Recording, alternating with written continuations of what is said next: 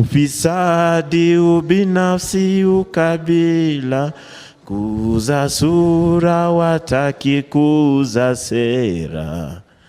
Undugu ni kufana, sitasimama maovu yakitawala, sitasimama maovu yakitawala. Viva comrades, viva! More power to the people, more power. More power to the revolution, more power. Thank you very much. A round of applause.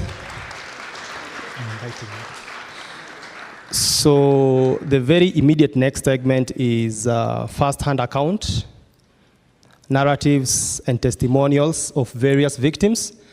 We are going to start with the victims of police brutality, and this segment is going to be led by Arnest Mwashigadi. Over to you.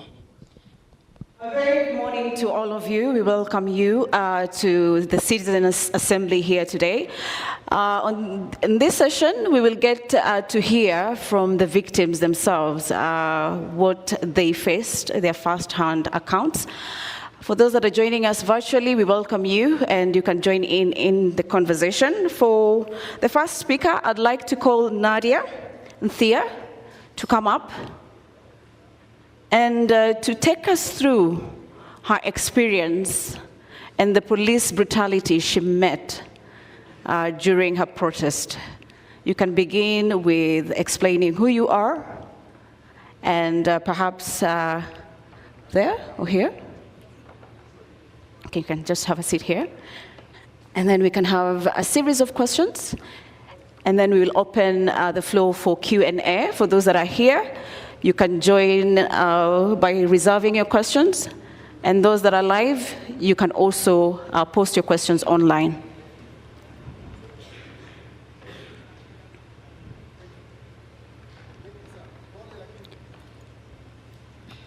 Is it on? No, it's not. It's on, it's on. Thank you so much, Nadia, for being brave and coming forward to share some of your experiences and the police brutality that you met while you were protesting. Let's begin by you introducing yourself. Who is Nadia, and why did you protest? Let's begin from there. Good morning. My name is Nadia. I am a lawyer. I am an advocate trainee at the Kenya School of Law, admitted to the Advocates Training Program 2024-2025. And I joined the movement majorly because I believed in the cause. We were fighting the system over economic policies that were set to disproportionate the common mwananchi. So that was my motivation. That was my motivation. We need a society that works for all of us. We need systems that work. So, yeah. What are some of your experience, if you can recount and tell us? What did you experience? Wow, I experienced quite a lot. I was abducted. About 2 or so weeks ago with my partner.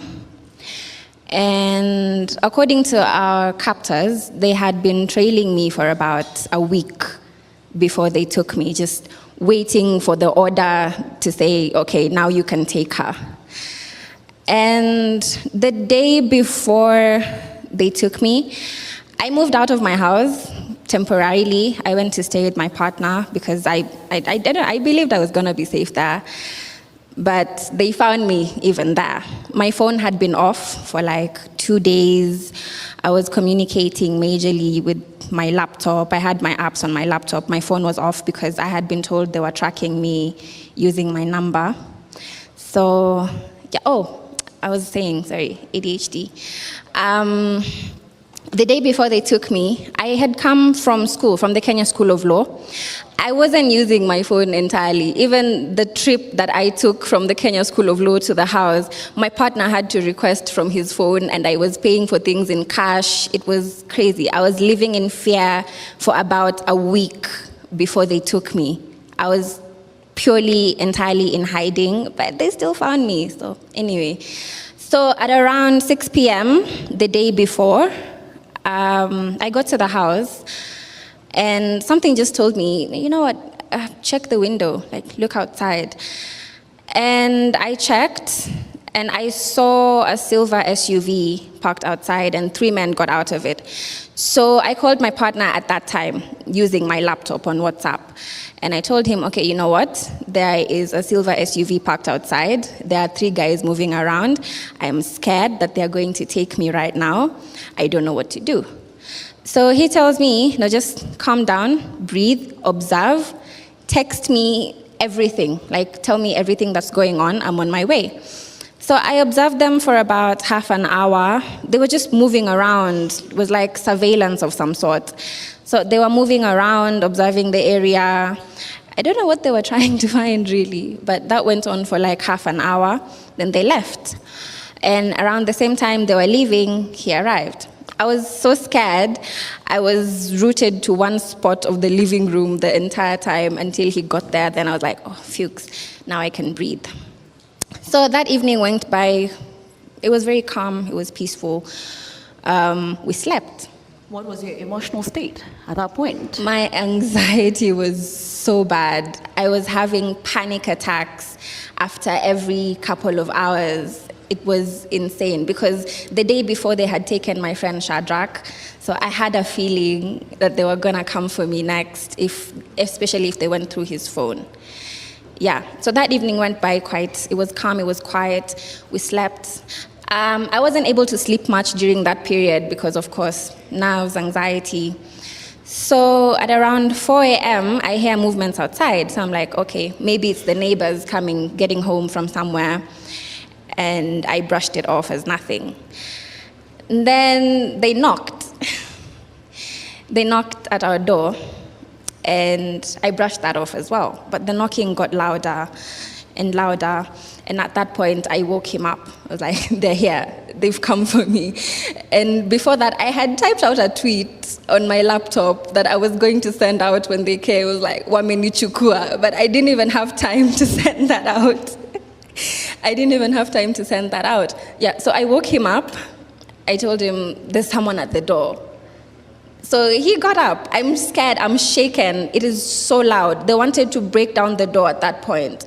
They shouted something at him in Luo, Nyerere something. He later told me it meant, open this door or we're gonna break it down. Mm-hmm. So he went to the door. I stayed in the bedroom, scared as hell. I'm still in my nightwear. I was fixed to that spot. I didn't know what to do. He went to the door, he opened it. As soon as he opened it, they put him down. Blindfolded him, tied him up, came in to look for me. They were 7 with guns as big as me. Could you tell their faces? No, I could not. They were wearing baklavas, they were masked up, so I could not see their faces at all. But I could just hear voices. It was just the voices.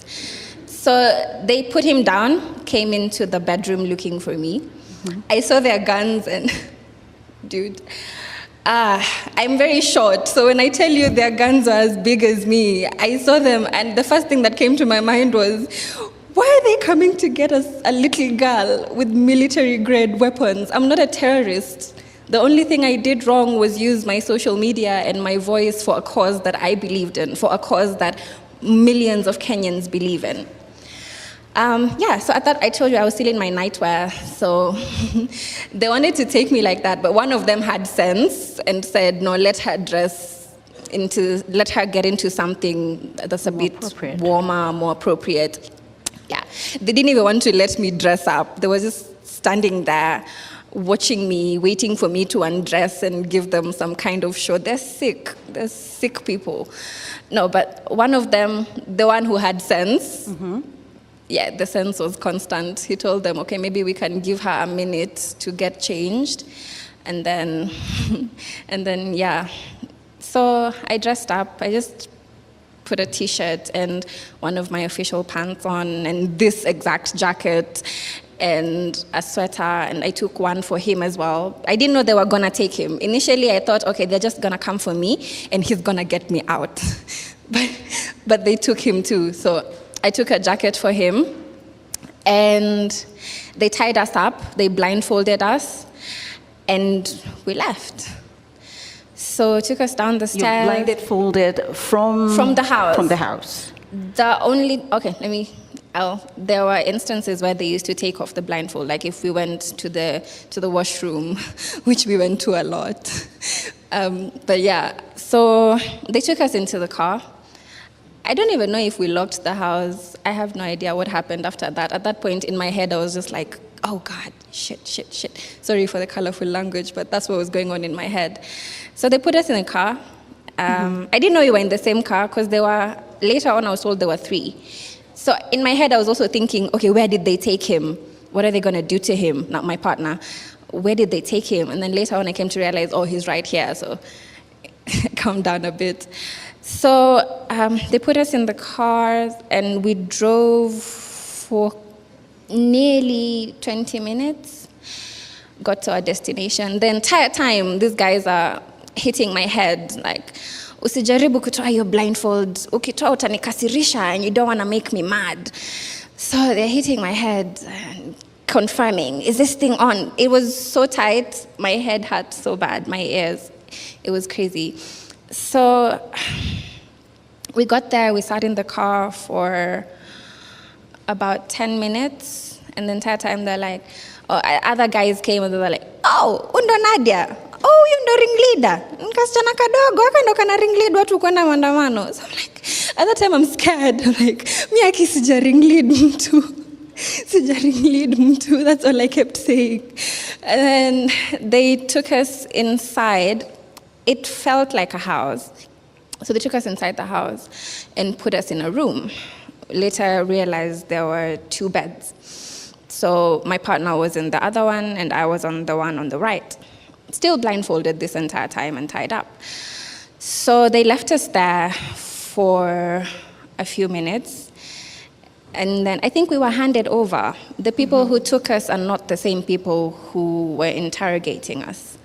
So we were handed over from one team to another. I'd like to call other guys who are also in the room, Arnest Nyerere and Bill Simani, to also recount on their experience as well, so that we can get the conversation going and it becomes more an engagement. Thank you so much. Let's give him a round of applause, please.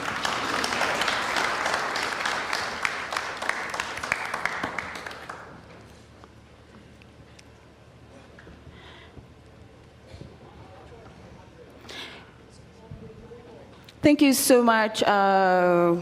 It's Billy, correct? Yeah, Billy. For coming on stage. Arnest will be joining us shortly. Just briefly recount for us how the experience was for you. Hi, my name is Billy Simani, otherwise known as Crazy Nairobian. Okay, for me, I was, I think, the first guy to be abducted. So for me, it was more of a surprise. We had just come from a successful Thursday maandamano. So on Friday, I was still asleep throughout the day. I just woke up constantly to tweet and go back to sleep. So at 3 p.m., I think it was on 21st June, I had a knock on the door. At first, I thought it was the caretaker, because that's the only person that can knock at my door. So I went to open the door. Wengine upiga simu before akuje.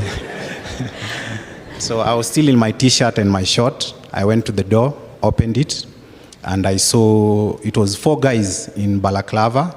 The 5th one was a lady, because she had on a face mask. And the first question they asked me was, Billy? And out of shock, I answered, yes. Na hiyo time yote wameshikilia mlango. So they all rushed in.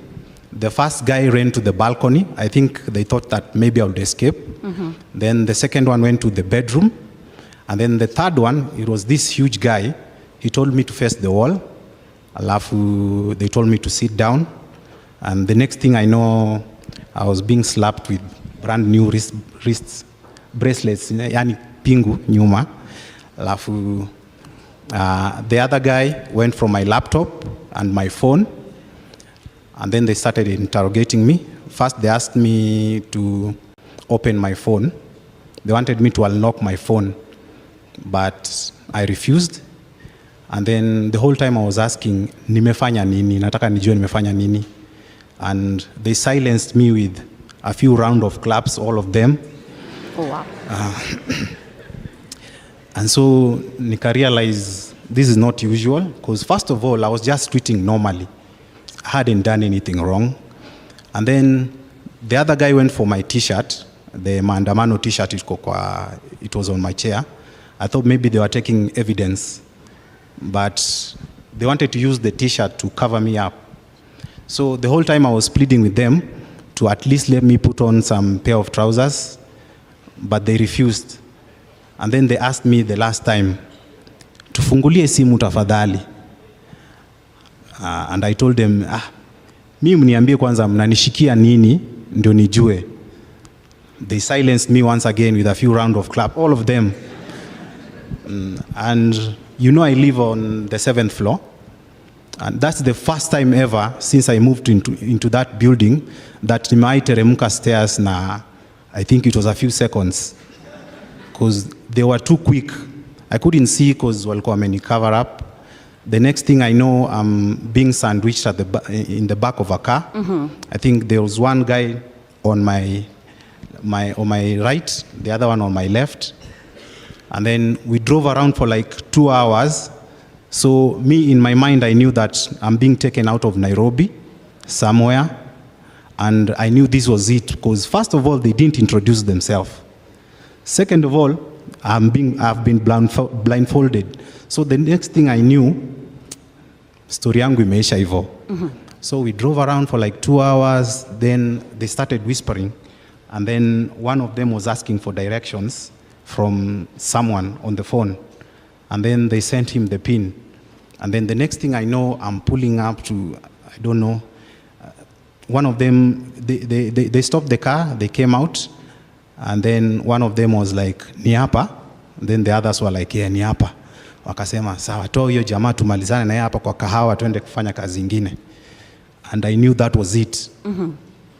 And then the next thing I know, I'm being taken out of the car. I was still in my t-shirt, my short, barefoot, hands tied behind my back. I've been blindfolded. The next thing I know, I'm being taken down the stairs into a room. It was a very cold room. Then they told me to lie on my stomach. They asked me they asked my name. I told them Billy Simani. The next thing, they wanted my ID number. The next thing, they asked me where I come from. I think walikuwa wanataka kujua ushago ni wapi. I told them. Then they asked me nimeshikiwa wapi. So I was like, I thought these were the guys that brought me here. So I think those were the other guys that I was handed to who were asking questions. They let me lie on that floor for like an hour. Then after an hour, somebody came. They took me upstairs into, I think it was an interrogation room. Those guys at the interrogation room were a bit friendly. The guys at where I was being held up were a bit rough. So the next thing I know, I'm being sat on a chair, and then one of the guys started asking me questions. They asked me the usual question: what is your name, your ID number, where do you live, your social media handles. They wanted Facebook, Twitter, Instagram, TikTok. And then the next thing they told me was, we are going to ask you questions, and you're going to answer us. If you don't, first of all, this is not a police station, so they might not find you, so you have to cooperate. And I was like, this was it. So they wanted to know who was funding these protests. And I told them, no one, it's just the youth. There are people who are coming up and buying water. Some people are coming up and buying t-shirts. Watu wanajitolea tu. Then they told me, the reason why we have brought you here is because tungeongea nawe kwako, ulikuwa kichwa ngumu. First of all, we need you to unlock that phone.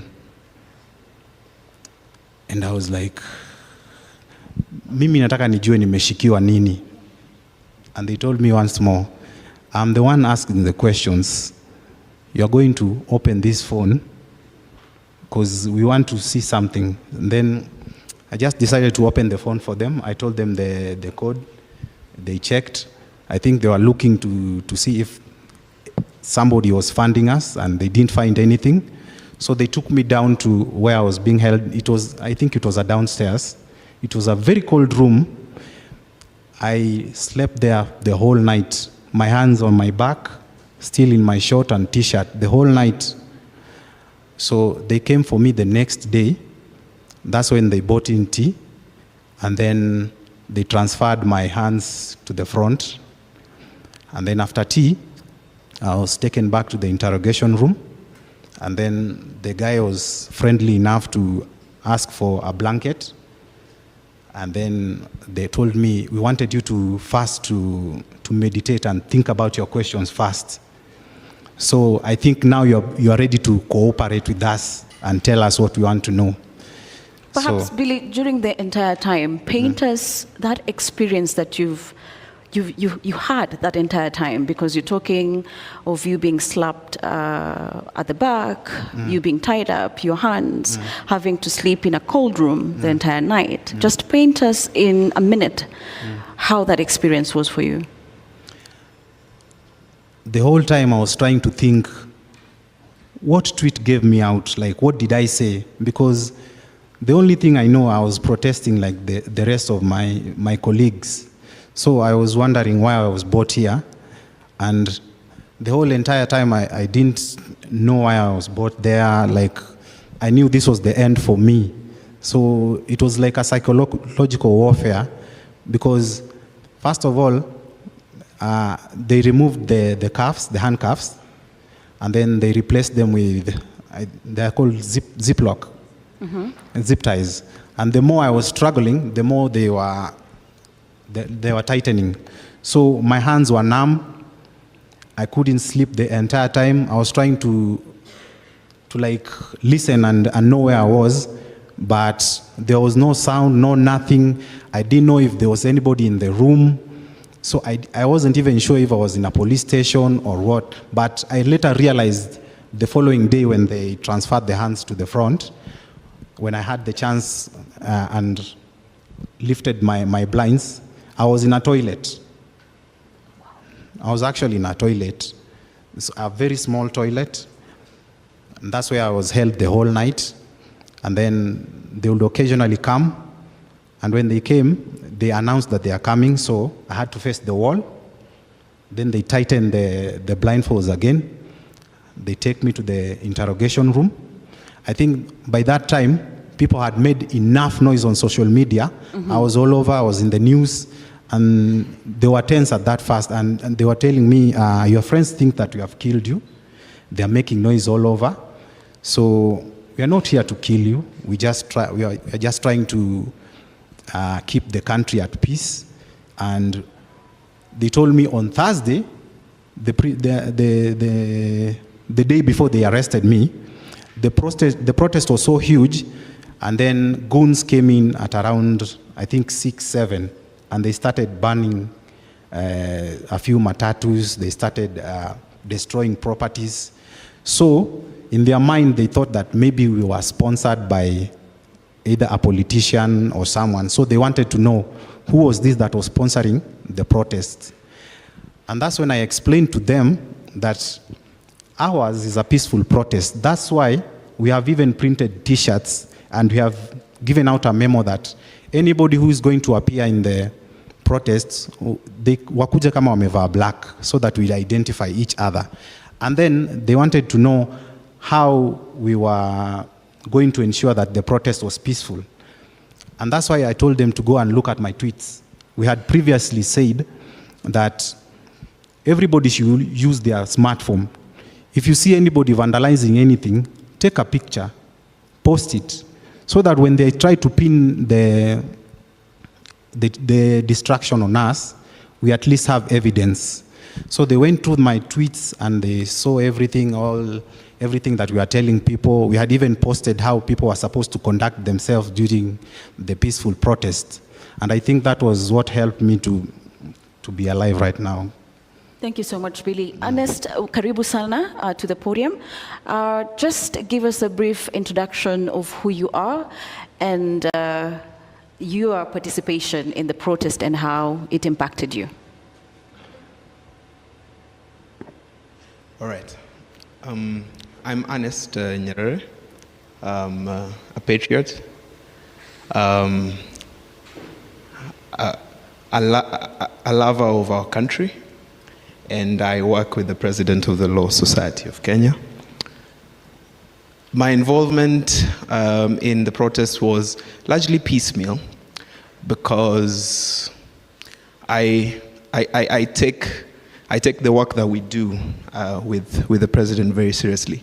And it means that you have to understand the delicate balance of sharing your views and how it can affect the responsibility, the greater responsibility that lays on the shoulder of the person that you work with. So as a principal, I try to manage how vocally I share my views. Of course, I have very strong views, and I have my own opinions of how things should work, but I understand that extrapolations are a norm in our society. So to avoid such extrapolations, I keep my role as professional as possible, and my involvement in the protest was in supporting the work that the Council of the Law Society of Kenya was doing, and of course, under the leadership of the President. So I wouldn't say I was the #1 agitator, but I supported it in a more strategic capacity in the role that I hold. Thank you so much, Arnest. I'd like to come back to Nadia. What is your perception about civic engagement now that you have experienced police brutality? And according to you, you're protesting, it's your right. What is your perception about civic engagement after the entire police brutality? Thank you. I believe so far we're doing well with regards educating ourselves and educating members of the society on how we can keep the people who are in these positions of power accountable and keeping the systems in check and whatnot. So civic education right now, I think, is moving in the direction that it was supposed to be moving in previously. It's better than it was before, I think also because of the incidents that we have had of people getting murdered, people getting maimed, injured, abducted like ourselves. So our society is moving in the right direction, I believe. We are moving in the right direction. Thank you so much, Nadia. At this point, I would like to take a comment, not really a comment, but welcome at _Oduk, who's joining the conversation from X. If we could have him, please.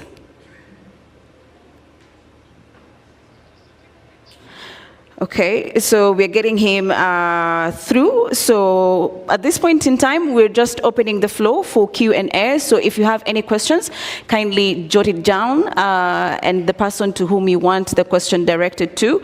So I'd like to ask Billy, perhaps, how do you think the victims of police brutality can get support, having gone through yourself police brutality?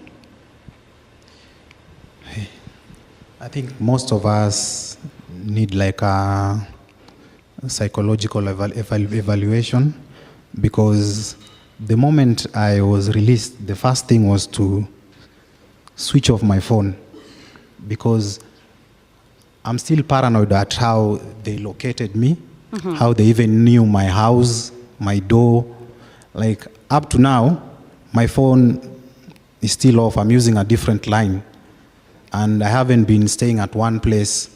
I've been staying at different people's places, because I'm still afraid, because I think that they might come back for me. So if you know anybody that has been through what we have been through, the best you can do is be there for them, support them, talk to them, because I don't think any of them want to be alone at this time. To you, Arnest, roping you back to the conversation from a law perspective, how do you think the demonstrations should be handled from the law perspective with those that are enforcing the law, that is the police, of course? Well, of course, we have to understand that a democratic society is the number one sort of dream that our constitution envisions. And that is why we have very elaborate structures, institutions, and provisions on ensuring that the people can engage in a democratic manner and ascertain a democratic and fair and equal society. Now, we've all had the conversations that have been there about Article 37 and all the relevant constitutional provisions under the Bill of Rights with respect to participation of the people, how the people are supposed to engage. And the reality is the people of Kenya have come to an awakening that, hey, these are our rights. We gave them to ourselves. And it is upon ourselves to enjoy them. And this realization is simply because the people that have been entrusted with ascertaining the protections of these rights have failed. You look at the duty of the police under Article 244, they have to uphold constitutional standards of human rights. But is that what they do? You know, when baddies are walking with water bottles and their iPhones and simply trying to talk about what their rights are, and you tear gas them, it's very unfortunate, you know. Advocates trying to uphold the right to fair trial, going to police stations to represent people who, mind you, have been unlawfully arrested. Then you tear gas these lawyers, not caring for their health, not caring for their duty to the people. Then what kind of setup are you trying to put in place? We find ourselves in a situation where we stand at the risk of those in positions of power choosing when to suspend the Constitution and choosing when to adhere to it when it suits them. And therefore, it is a moment of awakening where we as the people of Kenya need to come together. We need to stand up to all the ills that have characterized our country historically and since the promulgation of the new constitution, and we need to appreciate that we have a wonderful constitution and it is upon us to make it work for ourselves, because our political leaders have not just failed, they have refused to implement it. Thank you so much, Arnest. Nadia, just walk us through how this entire ordeal and experience has really changed in terms of how now you view life and everything else. My life has changed so drastically in the span of 1 month, I cannot even tell you. As Billy said, we need a lot of psychosocial support. The anxiety, constantly having to look over your shoulder, constantly being scared that people are out to get you. I also haven't stayed in my house for more than 2 days at a go since this thing started. Just jumping from relative to relative, friend to friend. I stayed with my partner also for some time. So it's crazy. As I was telling my story right now, I could feel like a panic attack was coming on, because as I recount those events in my head, I feel like I'm back there. I feel like I'm going through that again. So, Billy, on your end, how is it for you? It's not simple, because you walk around, everybody knows you. From the news that you are missing, everybody wants to hear your side of the story. But at the same time, you are scared because, first of all, I didn't see those guys. I didn't see any of their faces. So in a way, I can't trust anyone. I'm a bit skeptic. And now my life isn't normal because my phone has to be constantly on flight mode, because I'm getting a lot of calls, relatives, they want to know how I am. So I always reach out to my mom so that she can at least tell them that I'm okay. But at the moment, I'm moving around constantly from house to house because I don't want to be found in my house again alone. Thank you so much. Arnest, from your end, from the Law Society of Kenya, perhaps are you looking at ways in which you can be able to get justice for people like Nadia and Billy? Well, I'd have to say that I wouldn't want to claim to speak for the Law Society of Kenya, but I would have to admit that it is important that those who are capable and are in positions to intervene, do intervene. And of course, I appreciate my relationship with the Law Society, and being a victim myself, I think it is in order that the Law Society takes an active position in representing these people and, finding redress. Because as they've shared, the experiences were not easy. Evidently, there are violations of constitutional rights, and there must be reparations. That is what we must agree as a people, we must agree as a society. There must be reparations, there must be consequences. So I would have to say that all the things that we have experienced should not go in vain. For instance, the day I was taken is the day I knew hot water tastes good. I ordinarily do not take hot water, but it was the only thing on offer, yeah? That was the day I was reminded of how it feels kupigwa kofi ya kisogo.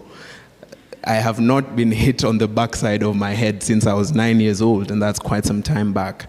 But those reminders came in, and it was a harrowing experience, but we have capacity. We have numbers, we have capability, we have courts that are not just prepared, but are required to make sure that justice is served. And I do believe that all the partners who have taken part in putting this together, the Citizen Assembly, will work as well to ensure that the necessary reparations are found for all the victims and all the families of those who lost their lives. Thank you so much, Arnest. I don't know if the people here have any questions to our panelists. If we could have perhaps the mic going round. If you have any question, just raise up your hand so that we can have an interactive engagement for our panelists here. Yeah, floor manager, there is a question there from the gentleman, and then we can have the lady to my left, the gentleman to my right, the first. Thank you so much. You please state your name and your question, and to whom is it directed to?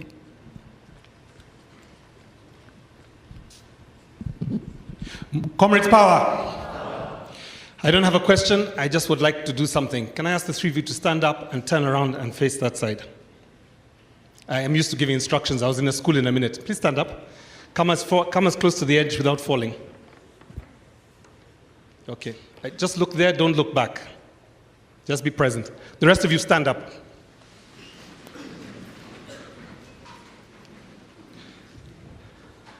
I want you to imagine you are back there and all these people have your back. That in that moment you could not see them, but they were all calling for your release. That none of them forgot you for that moment. And in that sense, be present to the fact that when we take a stand as human rights activists, we are never alone. There are 56 million people who are slowly beginning to find capacity to protect you. I'm not sure if this is a question, but we have your back. Thank you so much. We have another question from the second row to my left on this other side. The lady in green, I presume. Thank you so much.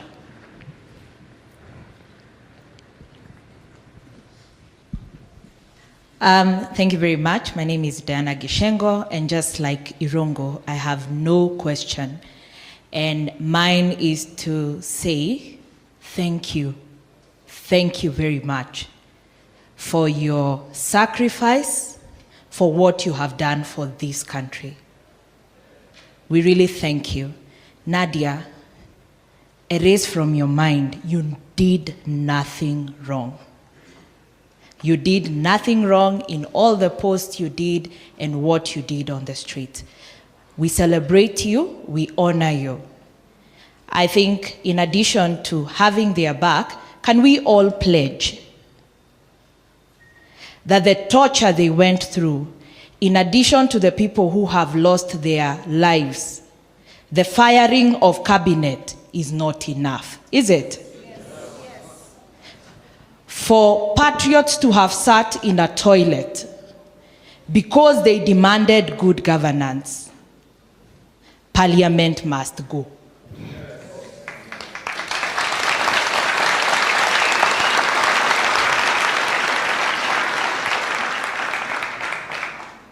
For all the wrong investments in military guns to silence us, we need a new budget.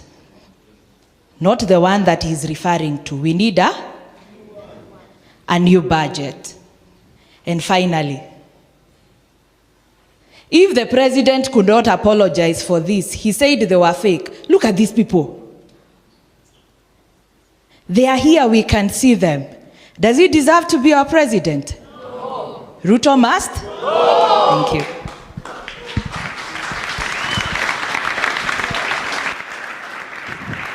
Thank you for those opinions. Any other round of questions? Okay.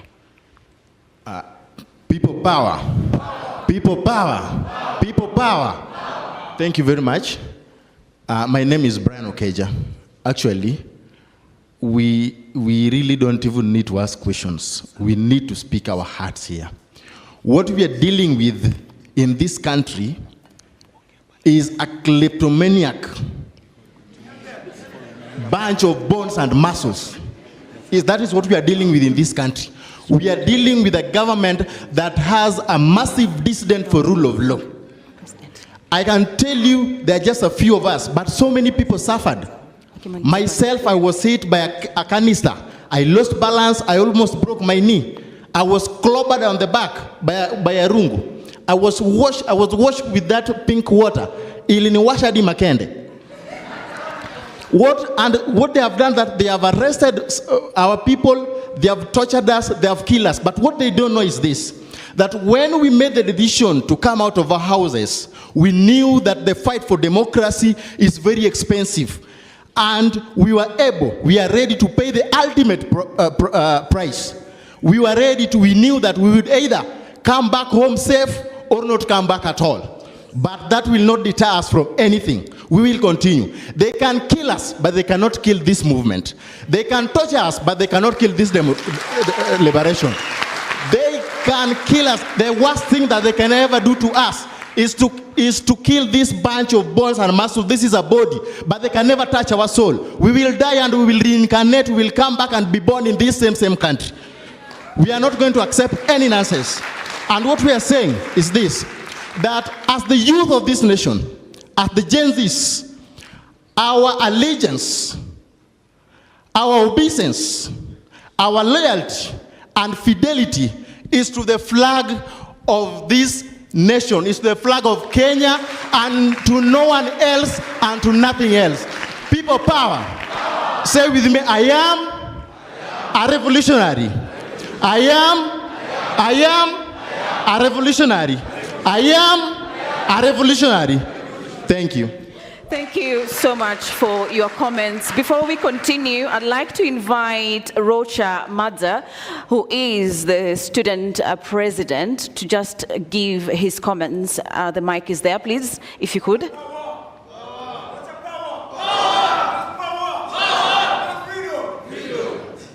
The mic is there, please. Thank you. Comrades power, comrades power, comrades Tibim, comrades Ria, comrades Ria. I'd first like to take this chance to thank the organizers for this event, and I'm very honored. And if I may recount on what we underwent when we were going for the demonstrations, we were rallying ourselves through the main campus, where we were able to organize ourselves and get some masks and water. And what we were mainly agitating for as students apart from the finance bill, is mainly the new funding model, which has been really affecting us. And even as the president has dissolved his cabinet, we are still saying there is more to be done. Am I wrong, comrades? In ukweli? Because as we are sitting right now, we can't afford school fees as students, and what we're calling for the president to do is he dissolves and he abolishes the new funding model, which is really affecting the needy. Because if education is an equalizer, then why then should we segregate, and why then should we group students based on how financially they are? Because as you are speaking, the first years in medicine school who are paying 612,000 shillings, half of them have deferred from their class because they're expected to pay 30% of that, which is about 200,000 shillings. So where I come from Kwale, that is in Zombo. My parents, maybe they sell mangoes to earn a living, so they really can't afford these school fees, and we are killing their dreams. So as we are here, let us also agitate for that in the X and other avenues, that we still need change, and this is the right time. And I'd urge all of us, let's not kill the movement, because the country is still in shambles, and we can't say we have won yet. Much has to be done, and mine is to urge all the comrades that we'll do this until we get to where we are, because this is our nation, and we must fight for our justice. And for all those who are affected, we have been praying for you, and I'm sure everything will be well. And for all those few remarks, let me thank you for organizing the event. Have a lovely day. Na safari ni ya Ikulu, na we reject the new funding model. Comrades power. Comrades power. We want free education because it's a basic need for all of us. Ama ni uongo? Yes, so thank you, nambarikiwa sana. Thank you so much, Rocha, for those comments. Please reserve your comments and your questions. Of course, the engagement and discussions are still ongoing. At this point, I'd like to begin with Nadia. What are your closing remarks? And perhaps the leaders that are watching you today, what is your message to them?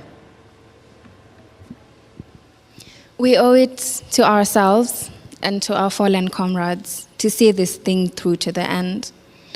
This movement is not about one person, it is not about two people, it is about all of us collectively. We need systems that work. We need a country that works for all of us, not just a select few. So, yeah, they can maim us, they can injure us, they can murder us, but they cannot stop this movement. Billy, on your end, your closing remarks to those that are watching, what are you telling them, especially the policymakers, those that are in charge? Okay, first of all, I would like to thank everyone for all the noises that you made while you were abducted. So, and all I can say is that together we are powerful. The noises that we are making behind our keyboards, behind our phones, they are very powerful, and we are seeing the effects, like they are working. So all I can tell all the comrades, don't give up. This thing is working. That's all I can say. Yeah. Arnest, from your end, your closing remarks, and the calls continues, and perhaps what is the way forward from your end? I think there is a defiance that comes with knowing that you are doing what is right and knowing that you are fighting and standing for something. Standing at that door after it opened, seeing 8 men armed with military-grade weapons, the fear went out of me because I knew I had done nothing wrong and I knew there was nothing I could do.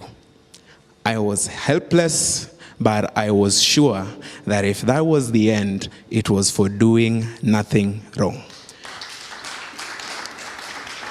We, the people of Kenya, will continue to do what is right.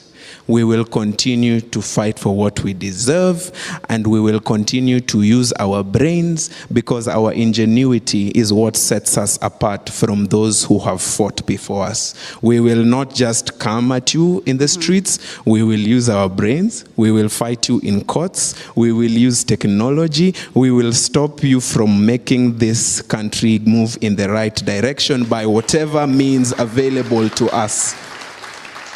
We are the smartest, we are the strongest, we are the best this country has to offer.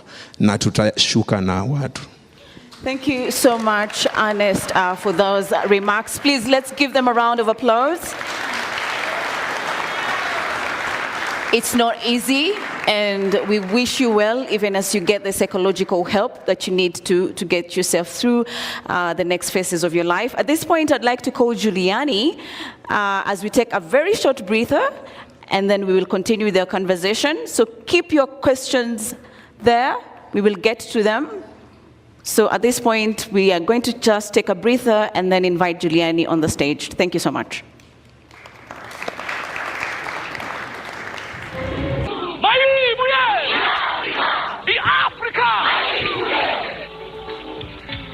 May our children rest in peace. Ashes to ashes. Mao. Ufisadi, ubinafsi, ukabila, kuuza su, hataki kuuza sera, undugu ni kufana, sitasimama maovu ya kitawala, sitasimama maovu ya kitawala. Mungu awabariki yao, sio? Nataka tu since niko na mic, acha tu nige mbele hapa, si ndio? Nataka tu mseme kama sisi, sawa? Si ndio? Kutabadilishana nani kama? Kutabadilishana nani kama? Kutabadilishana nani kama? Kutabadilishana nani kama? Kutabadilishana nani kama? Mungu awabariki, au sio? Alafu, it's my pleasure to introduce the one and only, the President LSK, the amazing Faith Othiambo, wewe. Hey, swag nini? Igwe.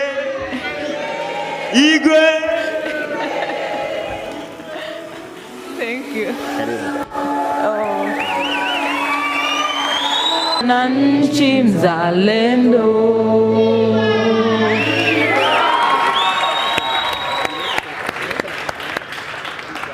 Hey, go for my left side screen.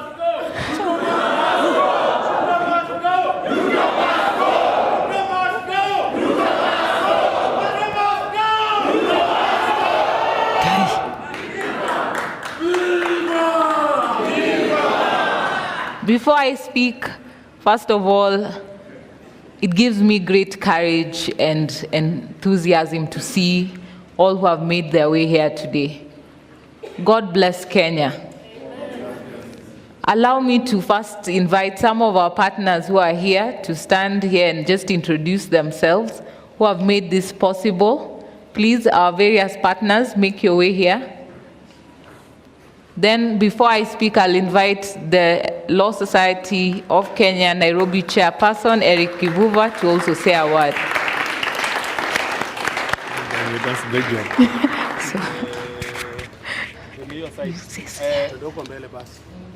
Comrades Power!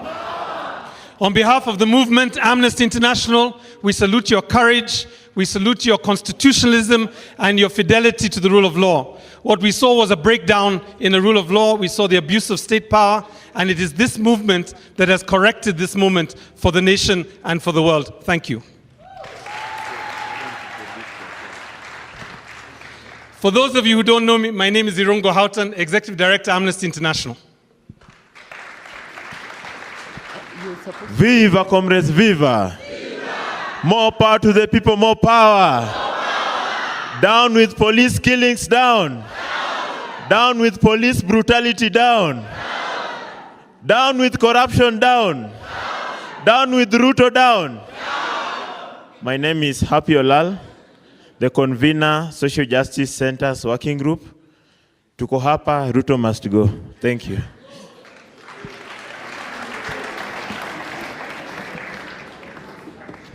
Some of you will be falling over if you don't sit down. Please take your seats.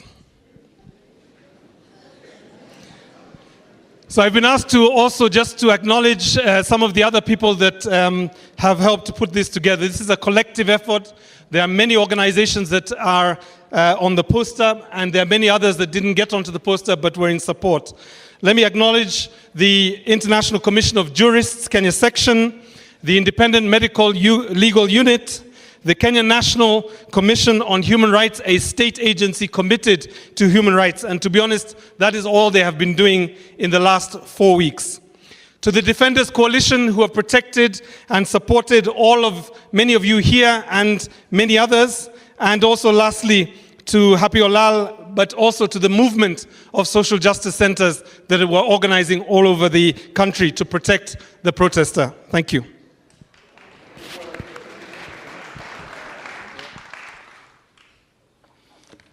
Comrades, power!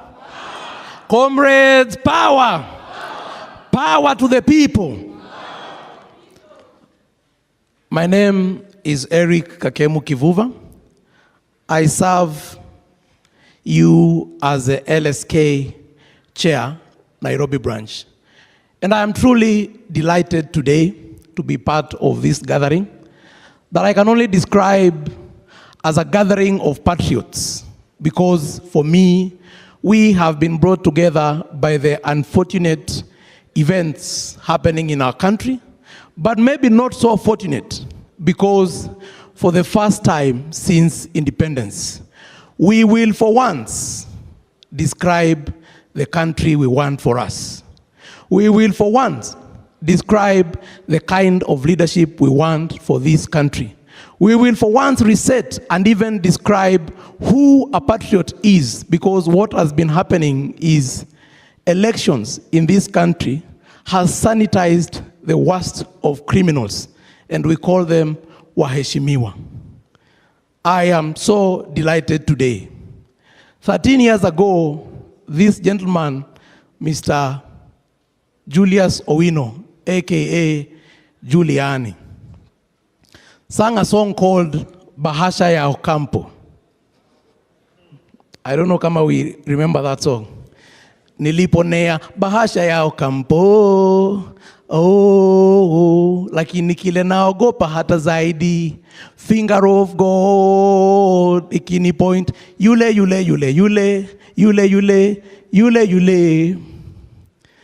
And I think 13 years later, his prophecy is coming to pass. Walioponea bahasha ya Ocampo, the finger of God has caught up with them. It is now pointing them out and calling them out. But more importantly, we the people should not be an empty rhetoric. It should be that which we live as Kenyans. And in the first verse of that song, Giuliani makes the statement, ndio ujue vitu ziko wrong, pedestrians wanapisha gari kwa zebra crossing kupita. That is the country we've had for the last 13 years, for the last 60 years.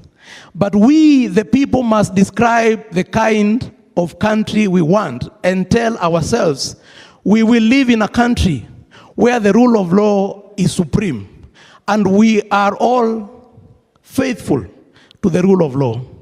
And fellow patriots, it starts with all of us being considerate to obey the list of things, including giving regard to a zebra crossing, including giving regard to traffic lights. If that is the country we want, we must be part of that change. Ladies and gentlemen, I am truly delighted and even more privileged, because I know Madam President will be giving her keynote address, especially on the subject of we, the people. Thank you very much. God bless Kenya.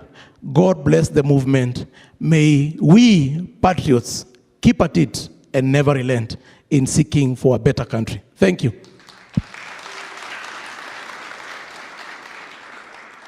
Just before Madam President speaks, I have been informed that those who wish to register their complaints, the desk is just outside there on the left. Madam President Faith Othiambo, karibu sana.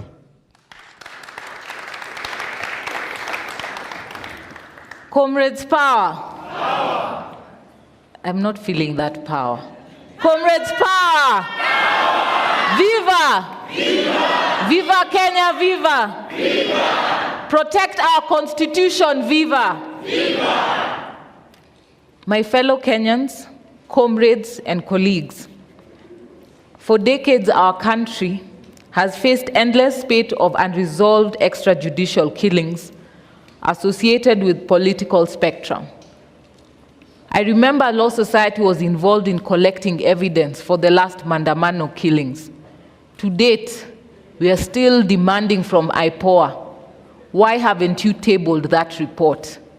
Why haven't you held those policemen accountable? Why is the Inspector General of Police still sitting on that chair?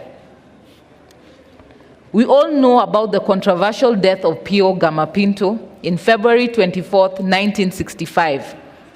Very few will remember January 29th, 1969, where Agwins Kodek, a pioneering Mau Mau lawyer, died in a car crash under mysterious circumstances. The families of Pinto and Agwins have never known justice, and the same fate befell Thomas Joseph Othiambo Mboya on July 5th, 1969. Have we forgotten J.M. Kariuki on March 2nd, 1975? Where is the truth about Bruce Roy Mackenzie's death on May 24th, 1979? We are here today to stand for justice for victims. We do not want to leave any man behind.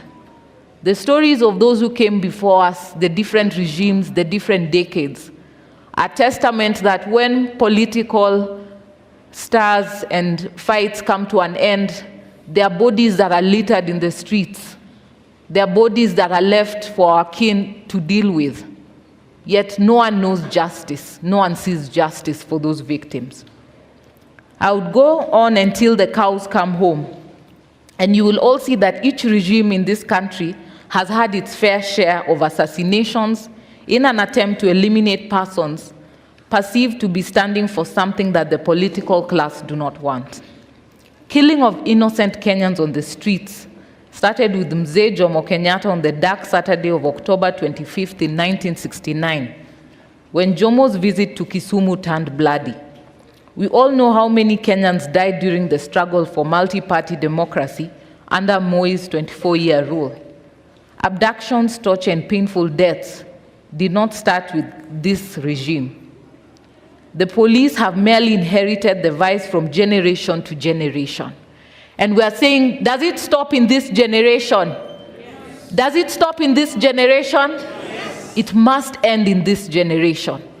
No more abductions, no more extrajudicial killings. President Mwai Kibaki presided over the worst tide of killings. We cannot forget about the 2007-2008 post-election violence. And we do not ever want to go back there. Uhuru Kenyatta too was no different, because every year the local newspapers reported how many people disappeared mysteriously in the hands of law enforcement agencies. And just when we thought there was a new dawn in this country, new hope, a country where the head of state was brought in the mantra for the young people, a youthful leader, we have seen police disappointing this hope. And we are demanding from the head of state that his promise that there will be no extrajudicial killings in his tenure, in his reign, that he may hold truth to that. At least if for nothing else, let people not die for standing for their beliefs. Let people not be abducted for standing for what they believe is right. And we are still demanding from him to ensure that all those who have been involved are arrested and prosecuted before our courts of law. The civil societies are struggling to put together the data of injured people, both from gunshots, crude weapons, and attempts to follow up on missing persons. We know that there are families that are still reeling in pain and anguish, and yet we want to move forward. We want to move forward, but we want to move forward with justice for everyone. These families should not be struggling with paying medical bills, struggling with fundraising to bury their kin. Yet we have a state, we have a nation that the head of state has committed that they will be held accountable for each and every death, for each and every person who have been injured. I've visited people at Kenyatta National Hospital, young men and women like you who now will never walk again. They have lost their hands. Where do they start? We cannot move on and forget them. For a nation to grow, we must move on together. And that is what we, the Law Society of Kenya, and coalition of all our partners here today are standing for. We want justice for each and every one of our members in this great country.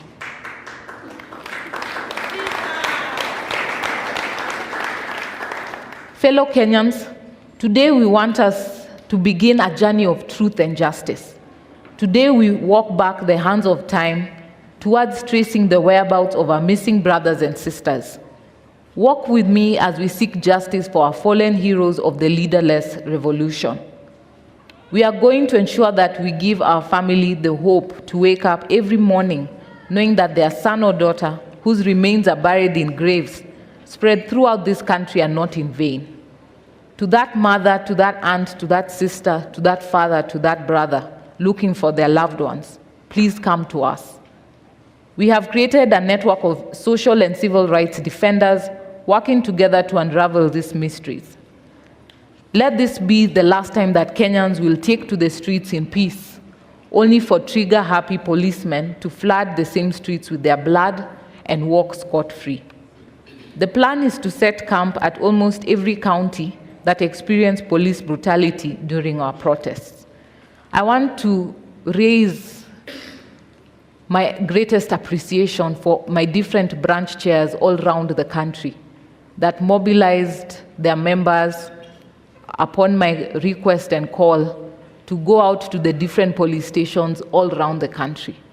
That is why we've been able to make a mark. Each and every one of my branch chairs, my council members, and every lawyer who heeded my request and call are the heroes that I can sing proudly from the Law Society side, coming to defend the rights of Kenyans and fighting against any trumped-up charges, those who have been kept beyond the required period in prisons, and trying to ensure the safety and freedom of all Kenyans who had been arrested. There are so many people out there living in pain inflicted by the police. It could be mental health or just desolation. Please come out. Let our experienced team of experts offer psychosocial support to help you heal. Today we begin here at the historic Ufungamano House. We are coming to you all around the country. The Law Society of Kenya, together with all our partners here, have membership across the country, and with the support of our various branches and offices, have remained zealous and steadfast at protecting the Constitution. If we work together in this, then our defenseless families will not shed tears in vain. As a mother and a lawyer, I stand here today with a heavy heart of what we have seen the last few weeks, the numerous calls that I've received, those in distress, even at very wee hours of the morning.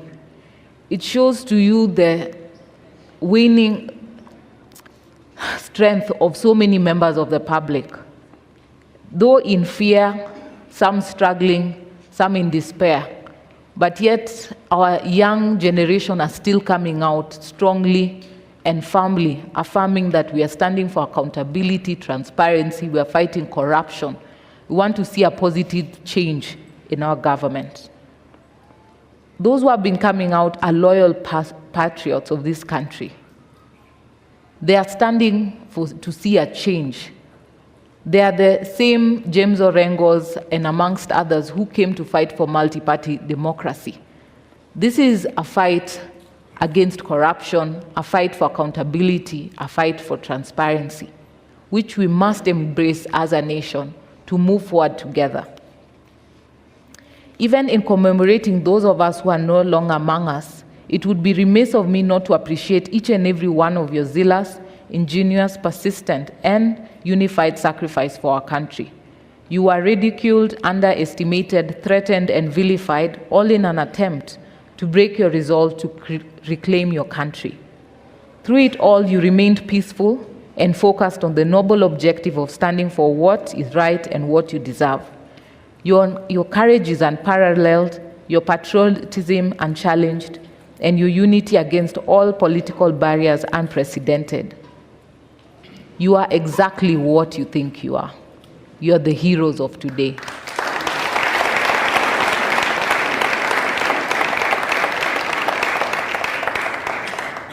The irrefutable gains of what you people stand for shines a bright ray of hope upon the future of our country. If you do not believe it yet, allow me to confirm to you that you people have achieved what many dreamed of and wished for, but few realized.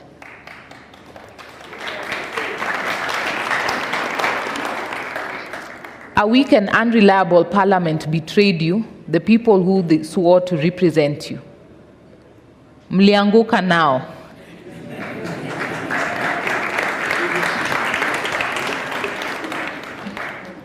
A punitive tax regime was forced down the throats of Kenyans despite public outcry against the repressive finance bill. Mlianguka nayo.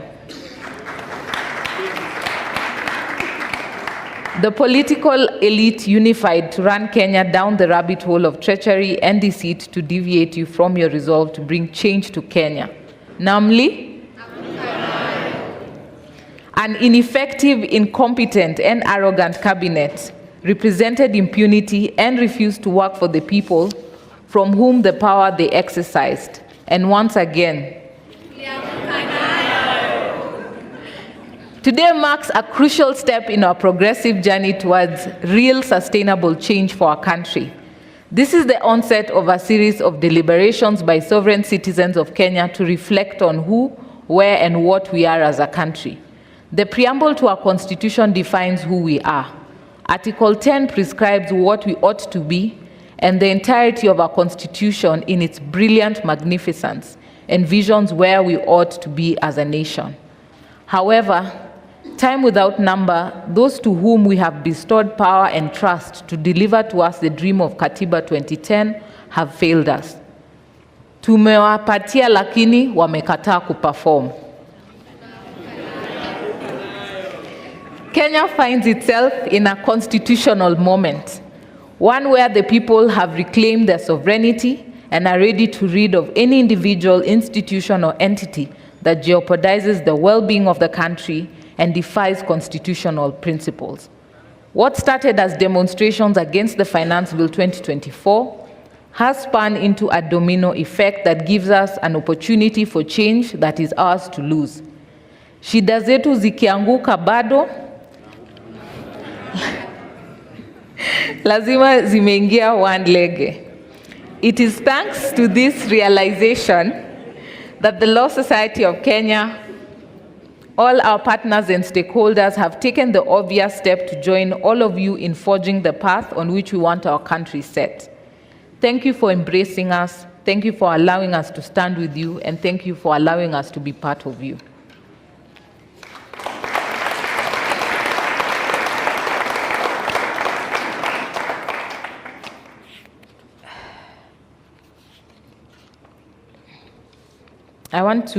My speech was quite long, but I wanted to also highlight that we have seen changes in the Police Service Commission. We have seen so many trainings, but now we are saying we are going to hold you accountable. We are not going to sit and start discussing a way forward for training, better institutions for police. It's time for accountability. It's time that those who have been given power and have abused it to be held accountable. That's why we are here today, to count everyone and ensure no one is left behind. That when we are challenged that who are these people, where were they hurt, which place, we'll be able to table credible evidence as advocates and our different partners, that we'll be able to put this at the table. That should be part of the discussion. Any dialogue must start with information and telling us this number of people that we have collected, this data, what are you doing about it? And we know that IPOA will be coming today, that IPOA may also take responsibility and take that mantle. We will not allow you to continue to fail us as a people of Kenya. You must also take up your place and hold any police officers that have been identified, have been seen. You can't tell us that you cannot find them, yet our Gen Zs, our millennials, our youth, our fellow Kenyans are able to trace them and to find their details and have shared them with you, but you refuse to do your work. To independent institutions, the judiciary, constitutional commissions, independent offices, and statutory bodies, it is high time you stand up to be counted. People have been killed by police, but IPOA is yet to act. People have been outed for corrupt conduct by EACC is yet to institute relevant proceedings. The helplessness feigned by our institution is the greatest enabler for the tribulations we face. The hesitation and refusal by proper mandated authorities to take action in the face of subversion of the rule of law and constitutional principles is the reassurance upon which our aggressors act with impunity. Government frustration and refusal to cooperate are in no way, shape, form, or fashion unacceptable excuse. The people are with you, they will support you, they will help you finish the job, but only if you start doing it and doing it well. Na hata nyinyi mkikataa, Wakenya mtafanya nini? Lastly, to the political leadership and elected representatives, there is no honor higher than being chosen by the people to serve your country. That honor requires delicate, deliberate, impartial, and accountable exercise of that authority that is donated to you. Hubris and bravado are vices that have no place in the Kenya of today. The people of Kenya awake to their full authority as the true sovereign, and their realization of the beauty of their unity draws the curtains on divisive ethnic politics that has historically been endemic in this Kenyan's politics. It's time to become leaders, not rulers. It is time to represent and serve the people, not to be demigods desperate for constant praise and worship. It is time to act, not making unyielding promises. Henceforth, contempt for the people will neither go unnoticed nor remain unresolved. Gen Z wame? Hii ni tofauti. Gen Z wamegotha? We will not believe, you will not believe.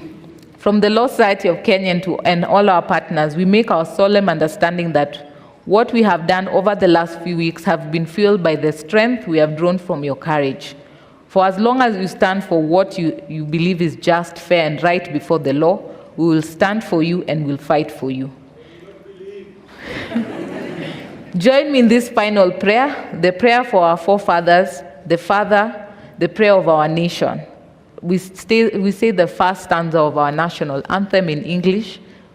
O God of all creation, bless this our land and nation. Justice be our shield and defender. May we dwell in unity, peace, and liberty. Plenty be found within our borders. I pray that God bless you and God bless Kenya.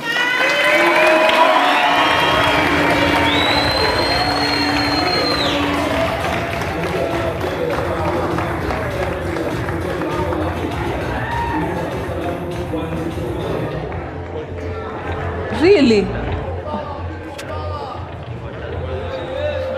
Come, you guys come. Come. Steve.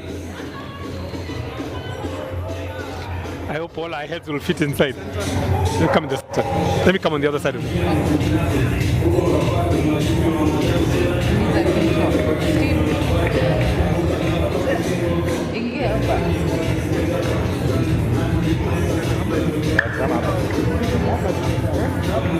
Will be all fit. For general called General Z.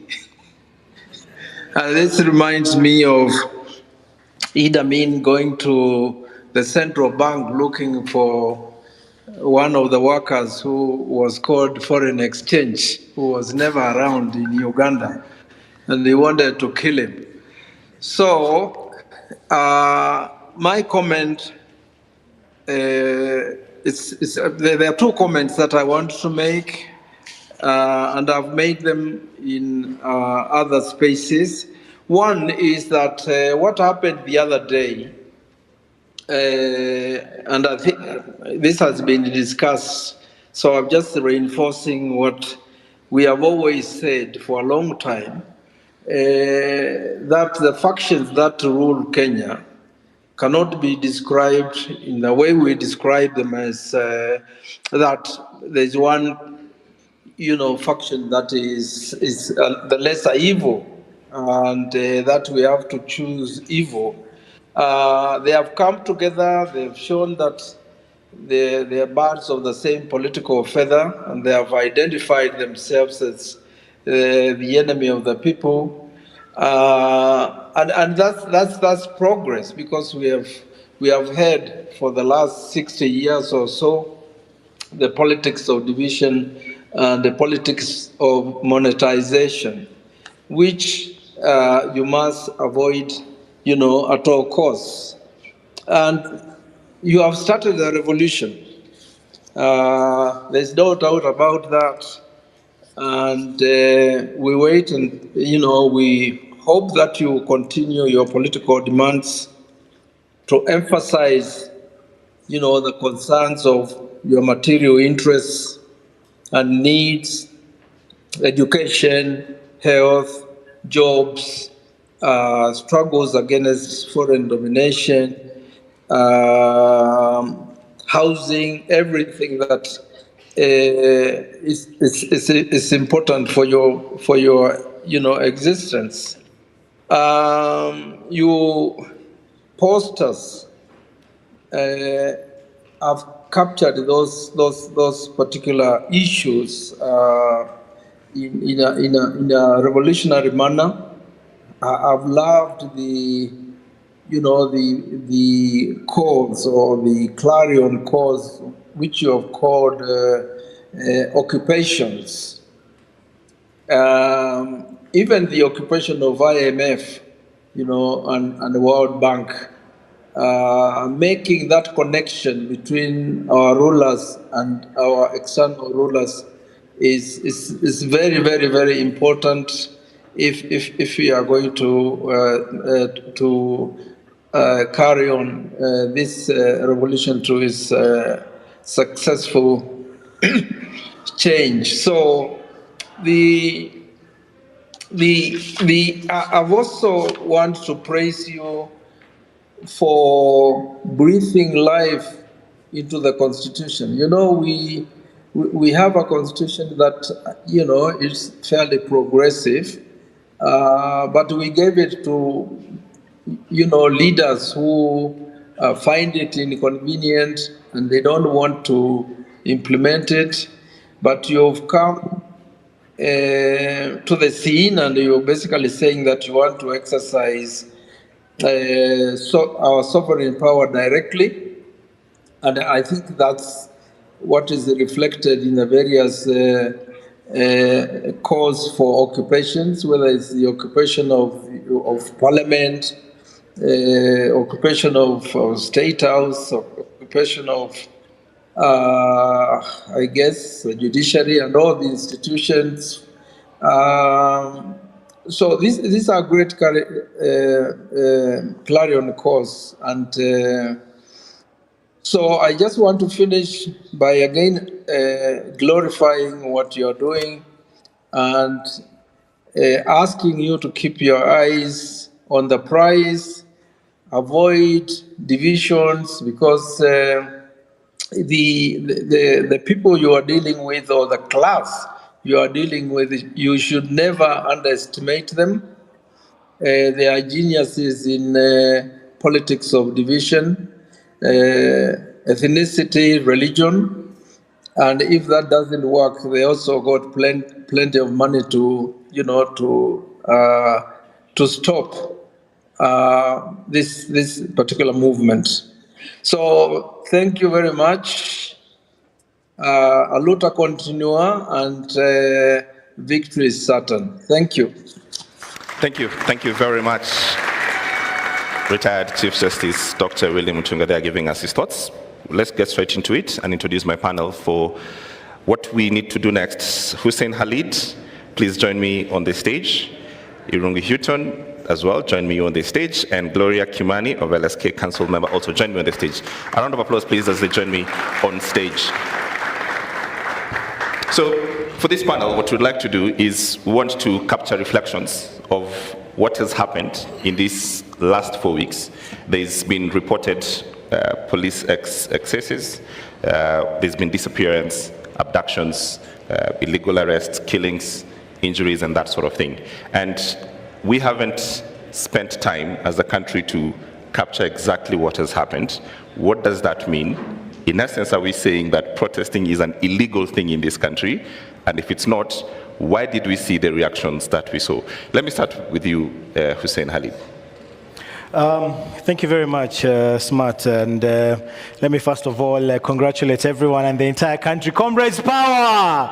Comrades power! We are doing it, we're changing this country, and moving forward, things will never be the same. So I'll just speak briefly about my experiences on the ground as, a person who has been, visiting families, visiting the sick in hospital. I think there have been gross human rights violations in the last couple of weeks. Many families have suffered, continue to suffer. We have an entire ward at the Kenyatta National Hospital of victims of police excesses, and that's just one hospital.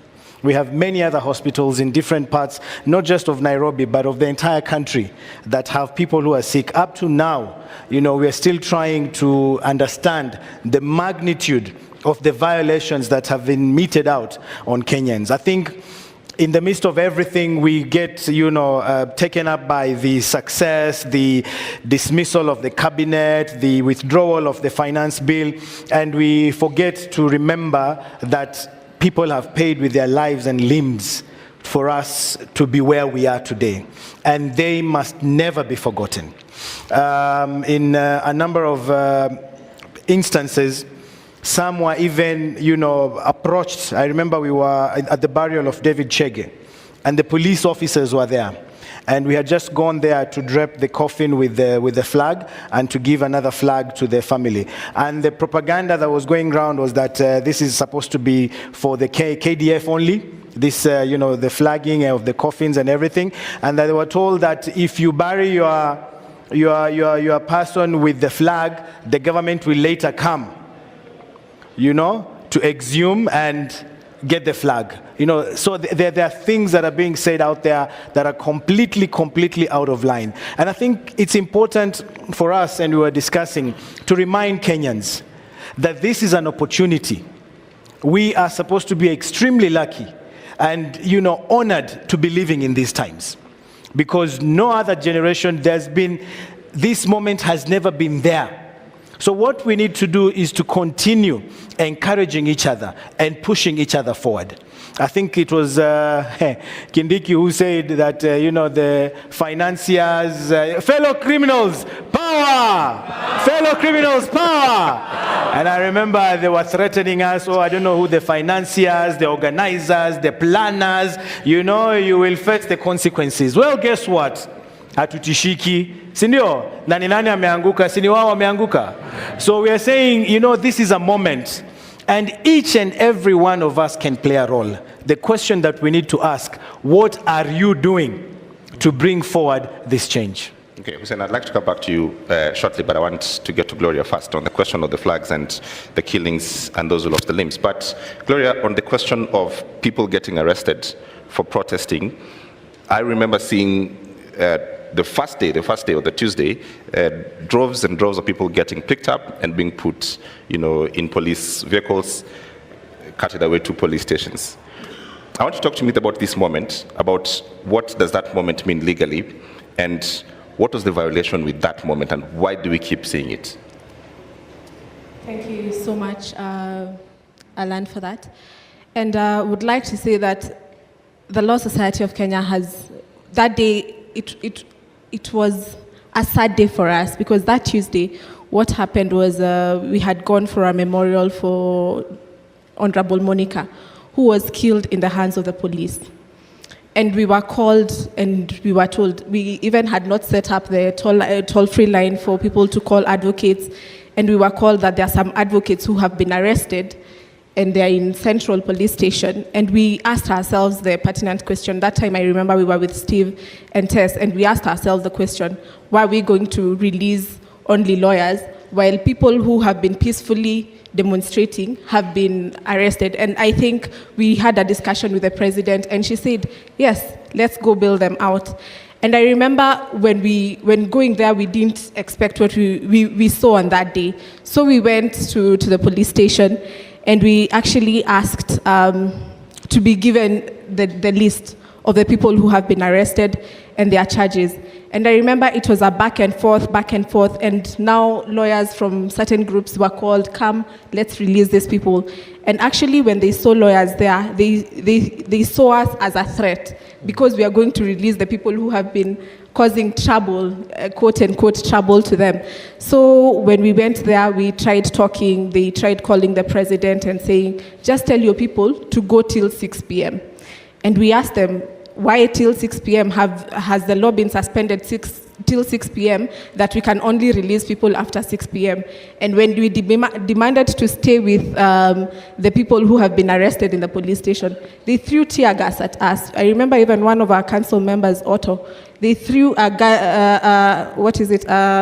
canister, the tear gas canister, at her. So the lawyers have been really harassed in this whole process. We saw even the other day in Nanyuki, where they had gone to actually take, because this guy, I think Lewis, they were looking for Lewis, and they were harassing him, going to his home, banging his door.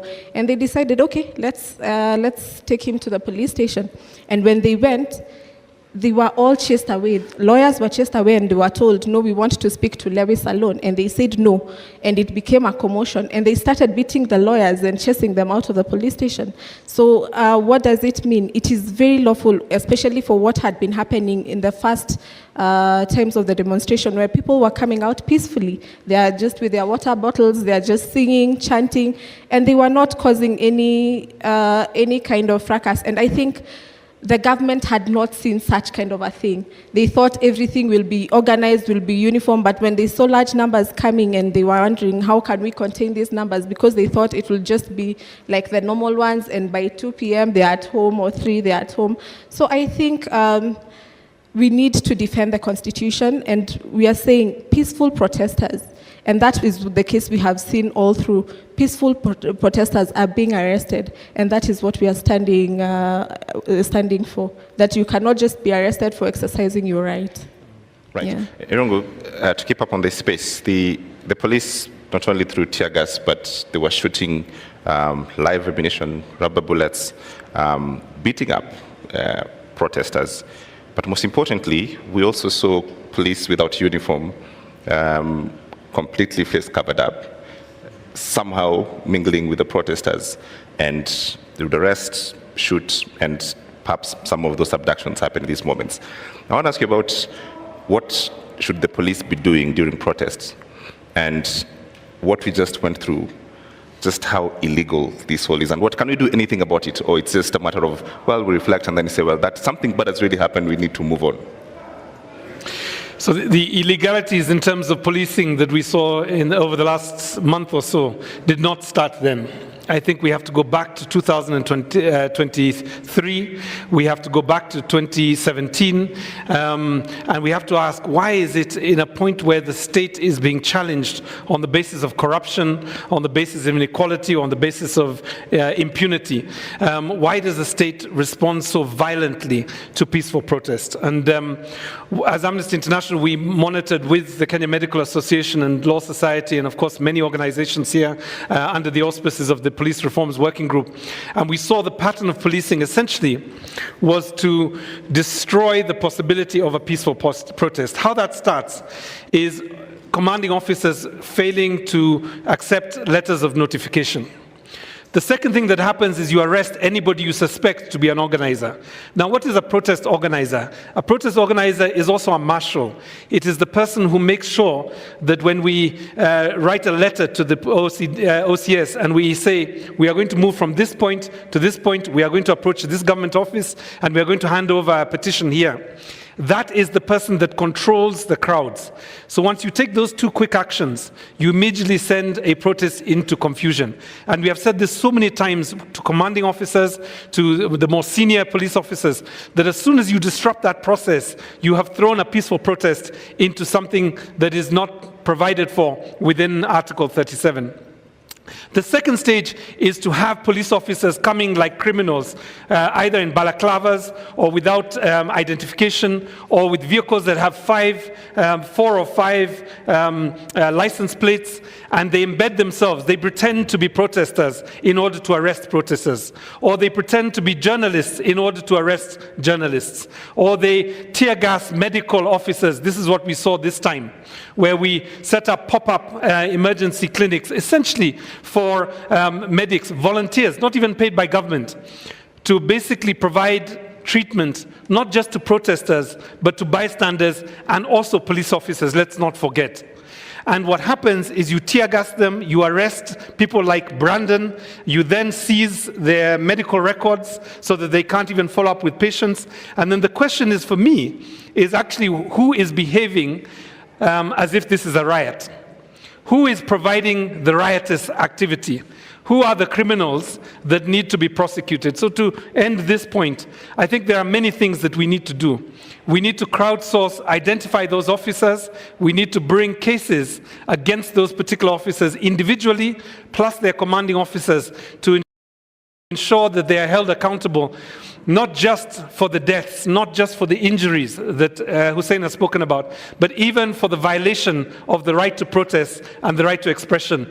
The previous panel spoke about the horror of having people coming to collect them in the middle of the night. That also needs to be prosecuted, because the freedom of expression is what makes us human beings. It is not just that the Constitution protects it, but you are not a human being if you cannot think independently, if you cannot articulate yourself, and if you cannot take action in order to protect a Constitution that we all voted for. Okay, right. So I want to go back to the point about, and we sort of systematically talk about not just the people, but the role of the flag, as you had brought it up. And my question is this: who owns the Kenyan flag? Hiyo ni swali rahisi sana. Kenyan flag belongs to the people of Kenya. It's not a government item. It's ours. When you talk of black, it's us. It's the color of our skin. When you talk of red, it's the blood shed, and we continue to shed to this moment, to this very day. And green is our land, you know. So I mean, I find it absurd for anyone to even imagine or to tell us that you can't do this. This is a preserve of a few individuals, only the leaders. These are today's Mau-Maus.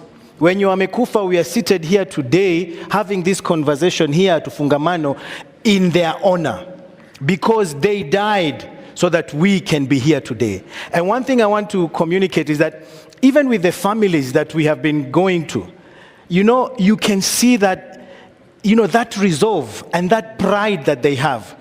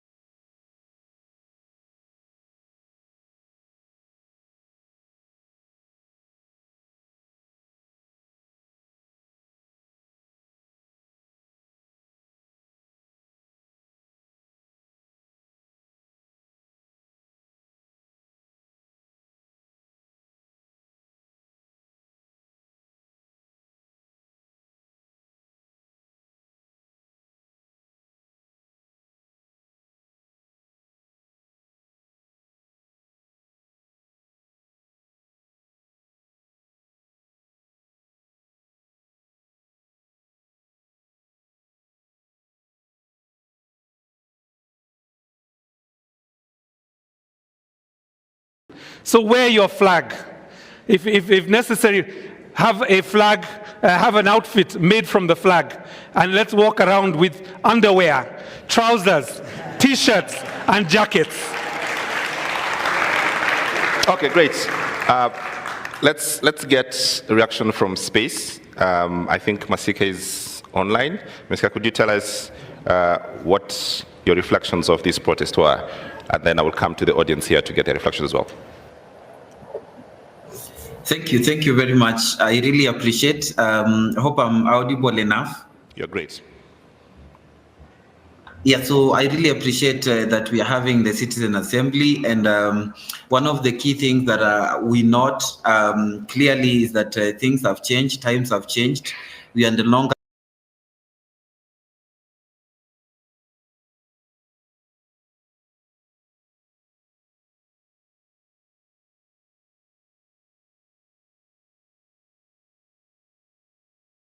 longer in the olden days.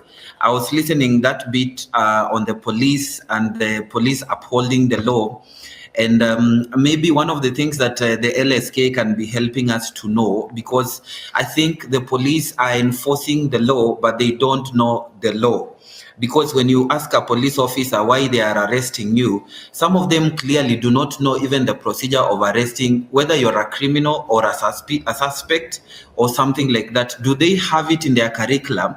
Because these guys go in the training camps to do martial arts, to do work on how to use batons, to beat up people.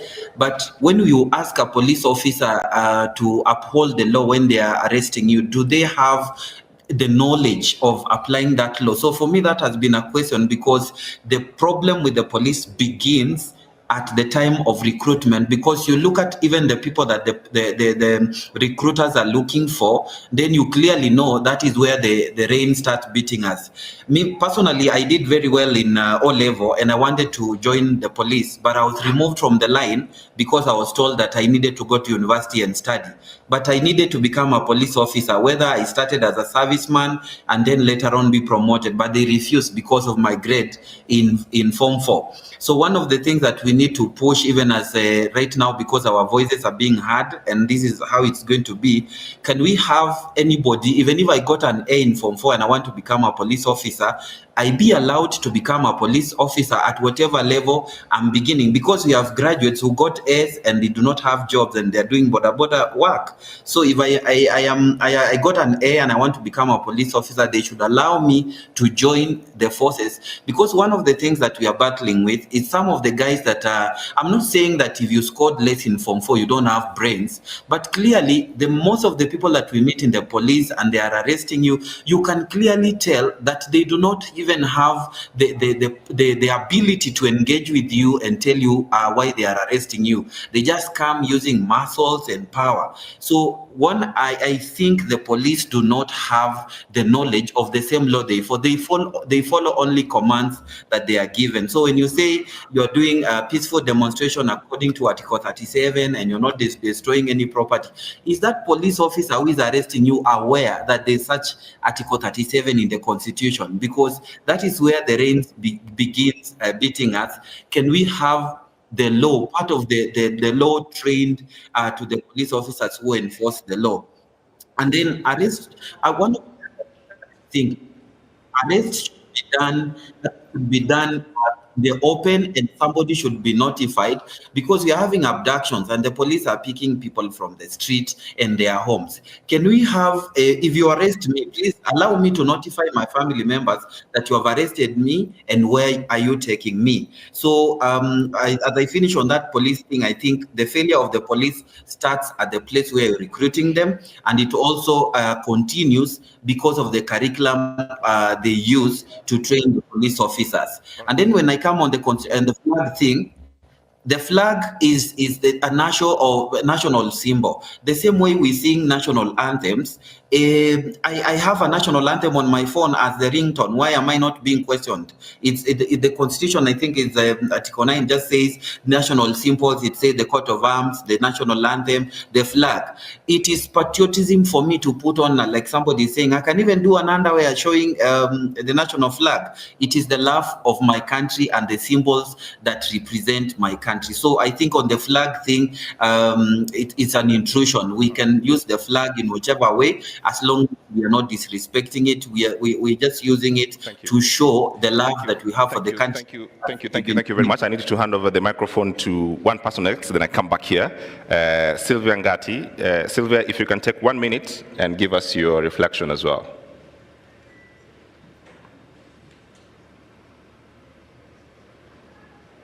Do I still have Sylvia? All right, meanwhile, let me just give the gentleman here the microphone. Please say your name, stand up, say your name and tell us what your reflections are. Thank you very much. Comrades power. Power. Now I want us to do it a little differently. When I say people power, you say our power. People power. Our power. People power. Our power. Our power. People power. I want to make quick reflections. My name is Musila John Muisio, and I coordinate a social movement. This is the Activista movement. But I'm equally a member of the Kibera Social Justice Center. And there is a panel that came just before your panel, and these guys were speaking there, Billy, Nadia, and the other. And all they did before was to be on social media. They just used to tweet on things that pleases them. And for the first time being on social media, attracted problems to them, that they were abducted and all that. And I wanted to ask them a question, and I think I still need to ask a question to the room.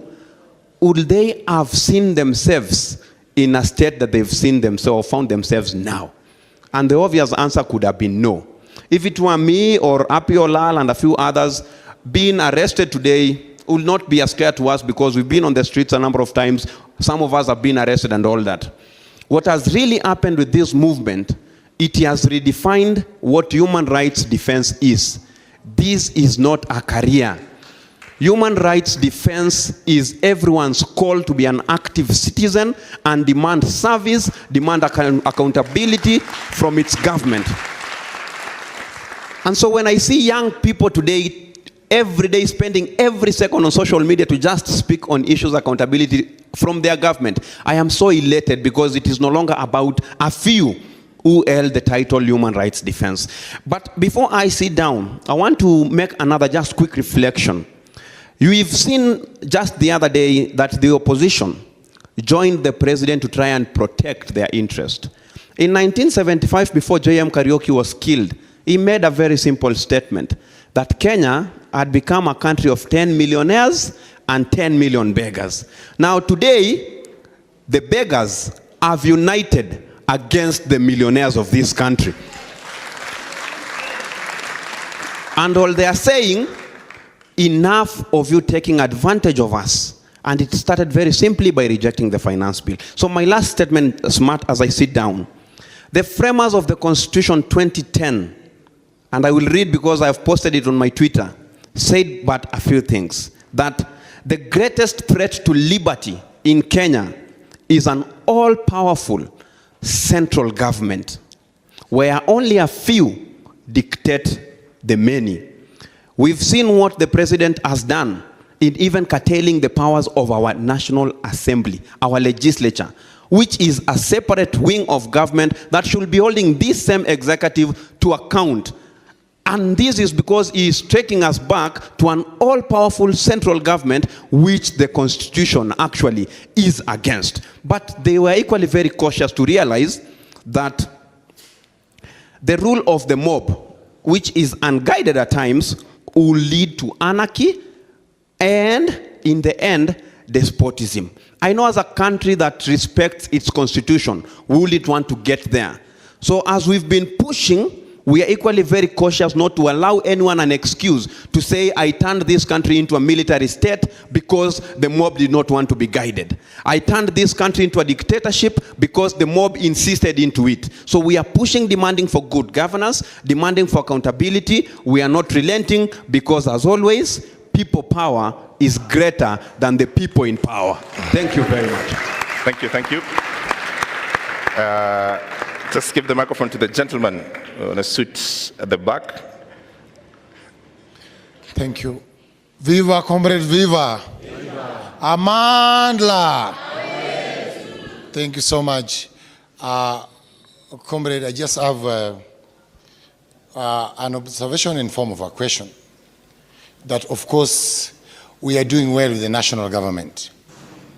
But there's a group of people who are really devolved and in touch with our people, or the proletariats in the villages, back in the counties. I was saying that, comrades, let's not forget the counties. That is the people who are also interacting with our people back there in the villages. So after this struggle come from the national, we go back to the county government so that we fight this nepotism and fight for transparency and accountability. I want specifically to appreciate Aki Africa. I was there, smart, I'm traumatized up to date. This guy is so quiet, I don't know what he's using, I'm shocked. They took me to a mortuary, I ran away with this gentleman during Rex and Evans postmortem. I don't know you are made of what. All those parents were crying on their chests. I was shocked to see them still walking. I was shocked on the hardest day of the strike. You know, on Thursday, few people came. They among the few who came, and Shakira and the rest, now to notify us and to get us very, very easy on Thursday. I remember those guys were going to an extent of tear gassing where people were being treated. You are just wondering, what kind of human being is this? This is a place where people are now being treated, please. And they're even going ahead to tear gas a petrol station. We are at the corner of the total there. It was quite unfortunate. Please, comrades, the question I wanted to ask with care and with utmost humility, how can we organize this struggle in a way that we don't lose the gains made and we don't lose the focus?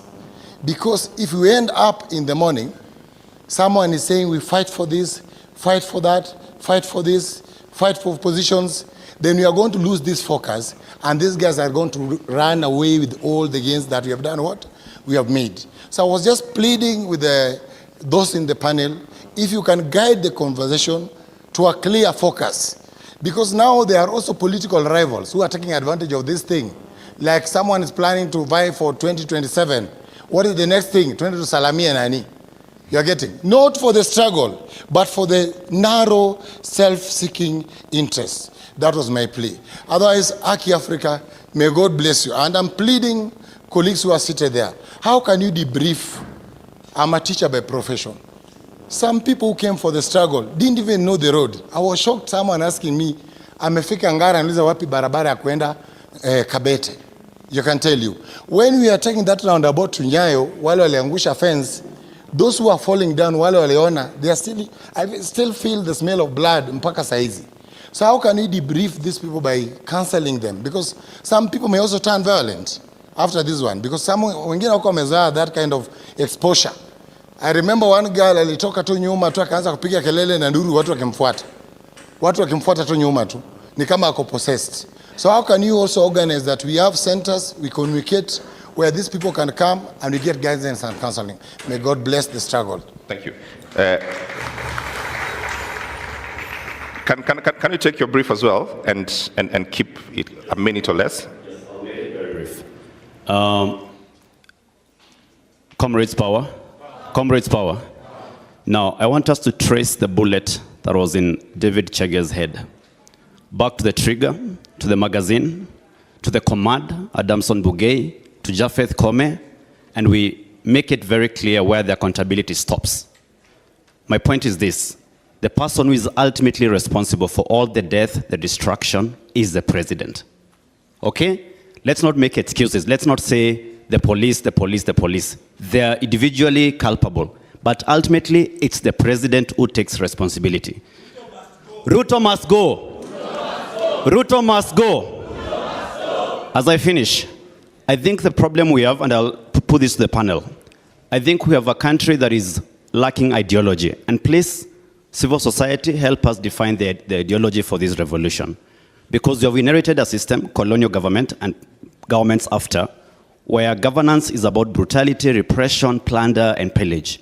So can we have an ideology moving forward so that when we fight, when we occupy spaces, we're occupying spaces knowing the Kenya that we are fighting for is defined by this certain set of values. Otherwise, without values, we'll get back, certain politicians will come back, and we'll have the same battle over and over again. Thank you. Ruto must go. All right, can I get ladies in the room, please? So bring the microphone to the front. Yes. Good afternoon, everyone. It's good afternoon, I think. My name is Myrna. I'm a forensics specialist.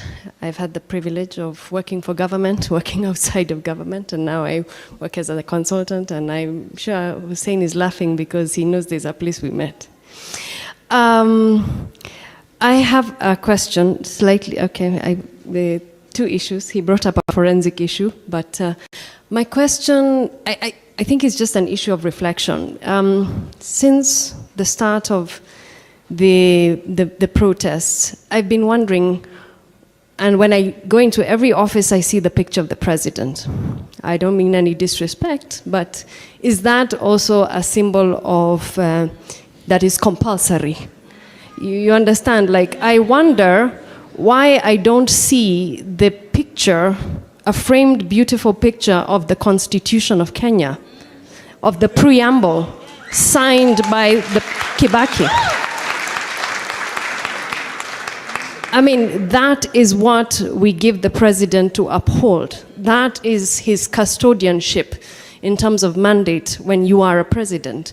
So I think we have to do away with the frills, with that kind of, self-aggrandizement, idolatry somewhat, because it's also, it's behavior modification. You keep seeing this image, and instead of seeing the Constitution, instead of seeing the rules by which we want to govern ourselves as a society, we see a person. And so none of us can get away with seeing this person, either at national government level, offices, public offices, private sector offices, county governments.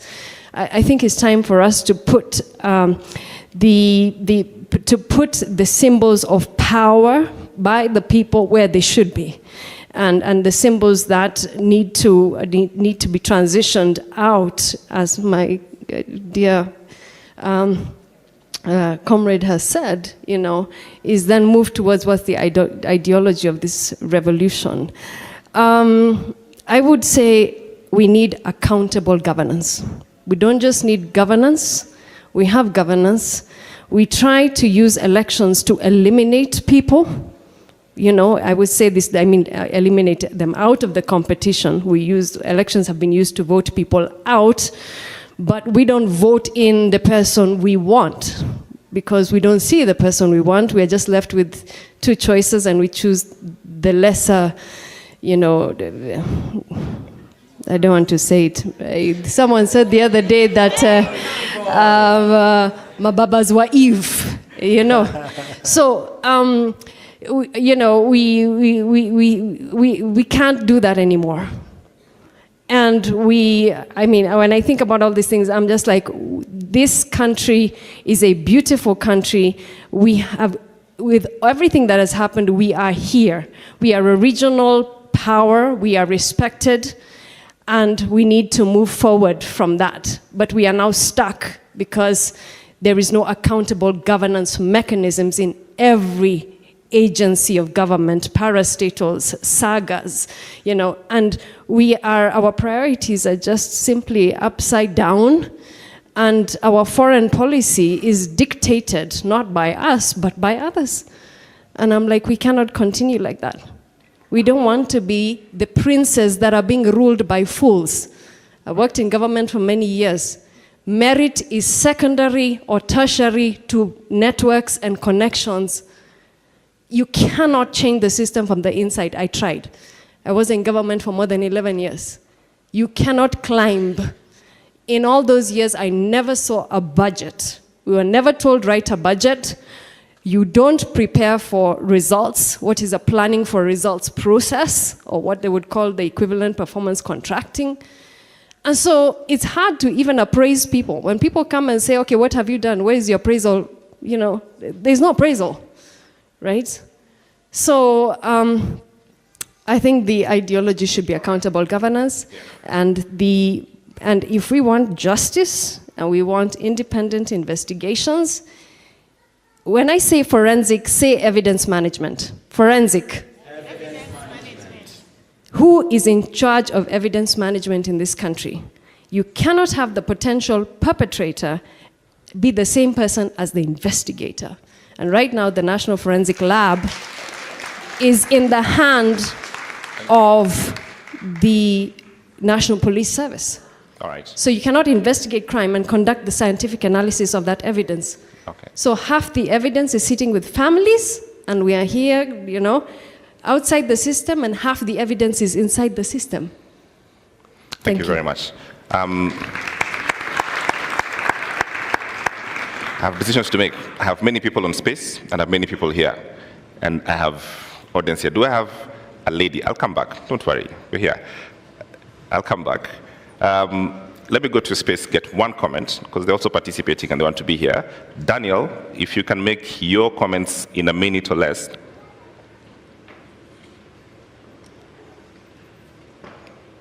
Do we have Daniel? Okay, so we'll come back. But let me just get quick reactions to this so to move the conversation forward. Start with you, Irungu. I'm told Daniel is here. Daniel, can you hear us? Please make your comment. Yes. Thank you so much. So I want to go one step back and look at the Constitution. So when we inaugurated the Constitution, what we did was that we changed who has power. You know, we clarified that, we the people, right? And what's happening now and what you're seeing in this movement, we want to now define and clarify what power does, because now it's clear who has the power, we the people. And going forward, this movement continues to clarify, you know, what power does. Now, what we need to do going forward, I think, this is my opinion, is that we need to make being in public or being in public office so undesirable for somebody who doesn't like to be made accountable. So undesirable such that the only people who get attracted to those offices are people who are open and are willing to account. And that's the biggest problem that we have with corruption. And that's the biggest problem that we have with the police and so on and so forth. Now, one question before I go, and this is a question to the panel. I'd like to understand, we are the children of Kibaki. We came, this generation millennials and Generation Z. We came with a free education, and I said this in my TED talk a few years back, that we have had a 360-degree Kenyan experience. Unlike our parents, we have the full consciousness of feeling Kenyan. Many of us don't even speak our mother tongue, or our primary languages are national languages. We have lived everywhere in the country, and we have a full 360-degree Kenyan experience. With also digital media, it has culminated with this consciousness, with political consciousness. Now the question is, how can we, going forward, manage this movement? We know that part of the reason why we are seeing many changes is also because we have a debt issue. And the cancelling of the financial bill, and also we've seen that Moody's has also downgraded our credit rating, and we will have a problem with money. And usually when there's austerity and a problem with money, the regime might use that as an excuse to bring some sort of social injustice by denying services to the people who are most needy with the excuse that we don't have money, right? And some reforms can be difficult to push through because the president will say we don't have money. So how are we going to continue making the government accountable, but also waking up the debt issue and managing our country through this very difficult situation. Thank you. Okay, thank you very much. I want to start with you, but let me start with Hussein because it's just about to drop off. Hussein, could you just give a quick reaction of what you had? Thanks, Matt. And I apologize because I have to dash out to go to the mosque. But I want to agree with Musila John. I think all of us have to be and to make a resolve to become human rights defenders. I think for many years, we've been out there for many years. You're actually protesting, you're protesting on an issue that affects every citizen. And you actually see people in the pavement just watching what you're doing. That has been the culture, that has been the tradition in Kenya for years. But right now, and we have to give credit where it's due, Gen Zs, it doesn't matter what your background is. Awendu wambiwe, mtetezi tutete. They're saying they are the watetezi. Kila mtu, and we have to give credit to the Gen Zs because they've stood up. And they've said, we will take back our country. You know, some of us, we've been arrested, we've been beaten, we've been blacklisted, you know, but then people would just come back and tell you, great, you're doing good work, and continue. And like, isn't this your country? So for the Gen Zs, for that change, we give credit where it's due, and we tell you, hongera, and let's keep on with that. The second point was on debriefing, my brother, very, very true, particularly for the families. We've really been trying to work with the Kenya, I think, Association of Counselors and Mama Kennedy, particularly, for example, the 12-year-old boy who was killed. He had actually asked to go and pick a book. He was supposed to do his homework. One of, I don't know, if you look at the artwork that he does, and the mother keeps looking, you know, and we have to remind ourselves of what has happened. The 16-year-old, the mother is so devastated. I mean, some of us, tunasema, you know, we are in this, but those families that have been affected, please, if you're near a family, if you're near someone who is injured or who has been affected, please reach out.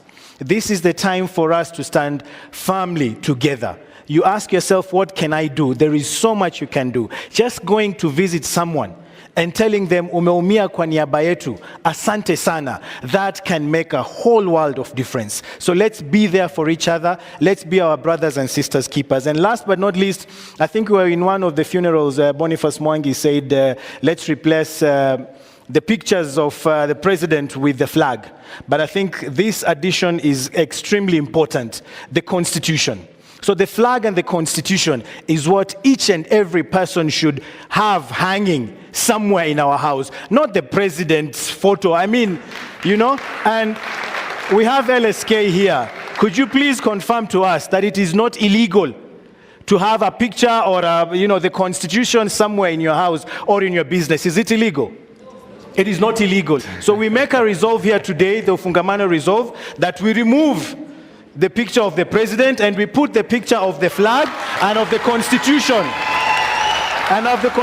of Kenya, and those shall be what we refer to as symbols of national unity. Thank you very much, and I apologize. If you could release me so that I can go for prayers. Thank you very much, Hussein, and thank you very much for your comments. A round of applause for Hussein as he leaves the panel, please. Please. I think I'll first respond. The first person asked of the rights of arrested persons and if the police actually do know the rights of arrested persons. I do believe that in their training, it's very extensive that the police actually know the rights of arrested persons and they are taught in their schools or whatever trainings they do. What I think they do is they deliberately choose not to put that into practice. We have had the president here saying they have had trainings among trainings among trainings. And we are saying we don't want trainings anymore. The police have been trained enough and they know. But what they are doing is following a command. And that's what we see. When we go to the police station, I remember even the other day when I was speaking to lawyers, I was telling them, people do not know actually of their right to remain silent when they are actually arrested by the police officers. And this is something I think we should pick up. And we have been saying that human rights defenders and only lawyers are the ones to defend the Constitution. But remember, this was passed by each and every one of us in 2010. And one of it was Article 49, where when you're arrested by a police officer, they are supposed to identify themselves and tell you why they are arresting you. I saw Bonnie laughing here because it is not known in Kenya. So I think it's about time that we take a stand, that we say when you arrest us, you tell us. We have seen now when we said reject finance bill, imeangushwa. Or we have said we need to see a change in leadership, imeangushwa. So I think it's about time that we also bring awareness and let the police know that we are watching. When you arrest us, you're not telling us why you're arresting us. And let us gather, and all of us, let's go and defend this person and say they were not given their right to be told of the offense they were charged, they have been arrested with, and they are not being given. We have had here Crazy Nairobian saying he refused to give his passwords. Naka walimsalimia vizuri sana. And we are saying it was his right to remain silent. So it's also, I think, it calls upon also the law society and the civil societies also to teach people of their rights when they are arrested. When the police officer asks you a question, you do not have to respond. When they tell you to do statements, you do not have to, because it is your constitutional right. And right now, we even fear of telling people it is your constitutional right to remain silent, because when they remain silent, we don't know if they are going to die, them exercising their rights or what. But we need to remember, they cannot kill all of us. They cannot kill all of us. And we are not going to do the police work. Yes.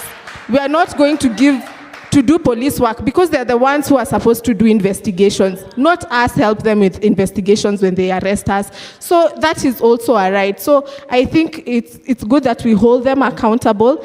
And I think one of the things also they said, we need also to hold individual police officers accountable. I think it has not been done enough in Kenya for police actually to know when you violate or threaten to violate a right for a citizen, you can actually be held accountable.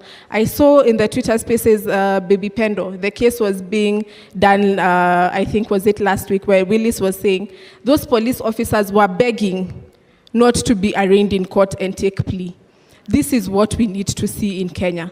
And not after so many years. We have seen from when Baby Pendo died, this is the time they are being taken to court. I think those are the issues we need to hold accountable.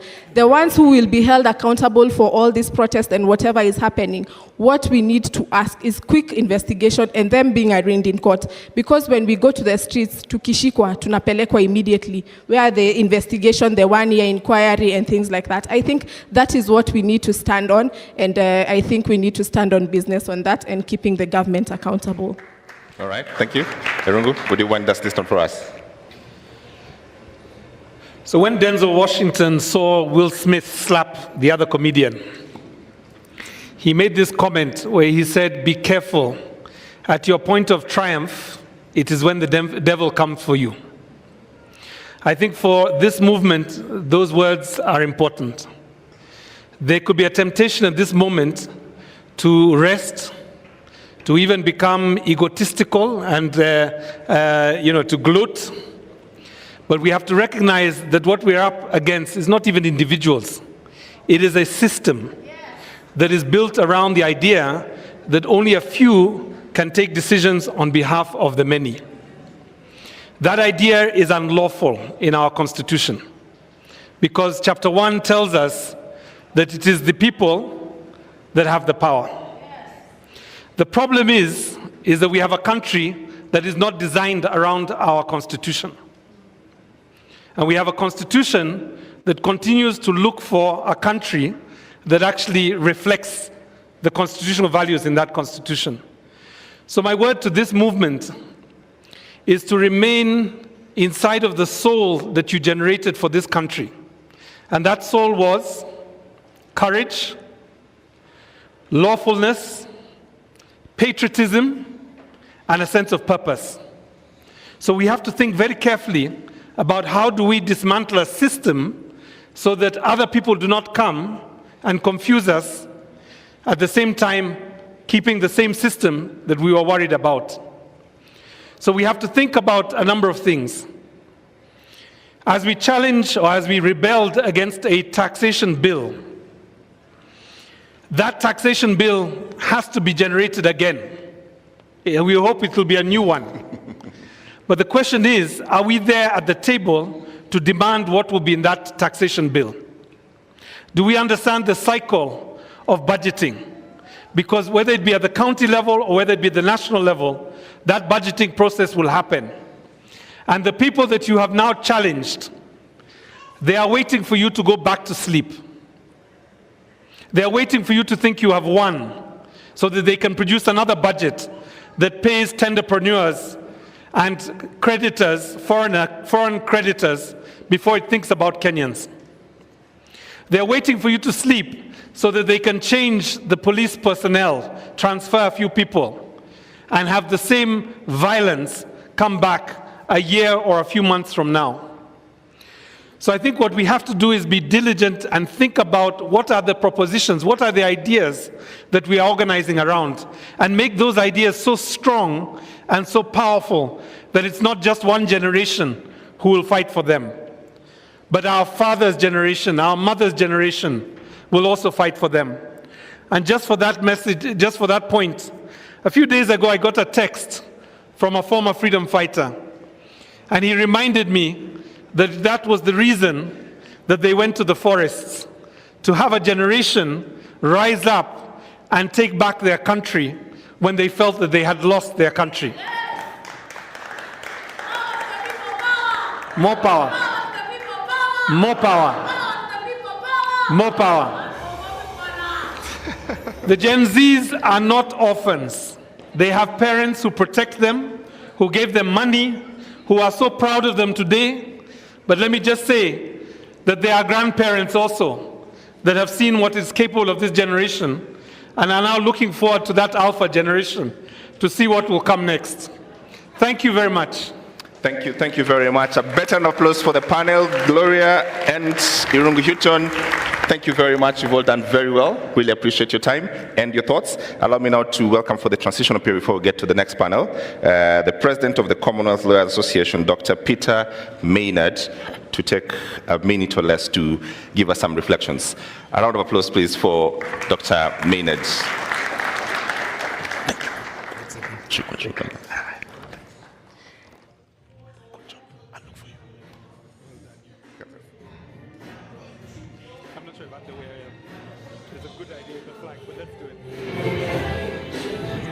You're next. Yeah? Goyodera. Okay. Reverend Goyodera. D'accord.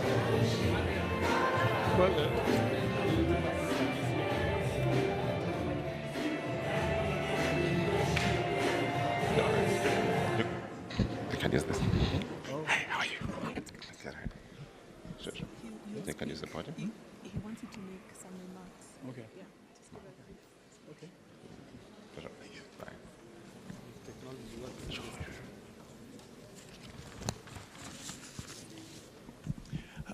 Asante sana for the very warm welcome.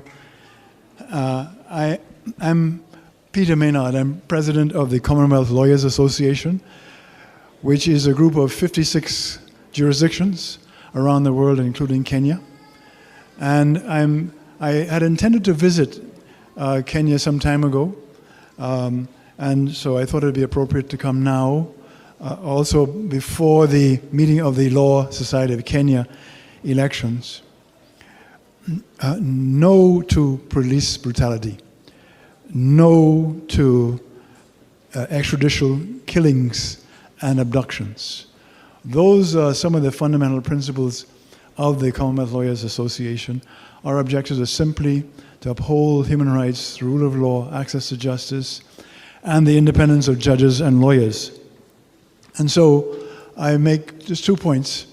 That we have observed the situation with great concern, and in solidarity with the Law Society of Kenya, we have also issued a statement, a statement condemning the arrest, abduction, and killing of civilians. I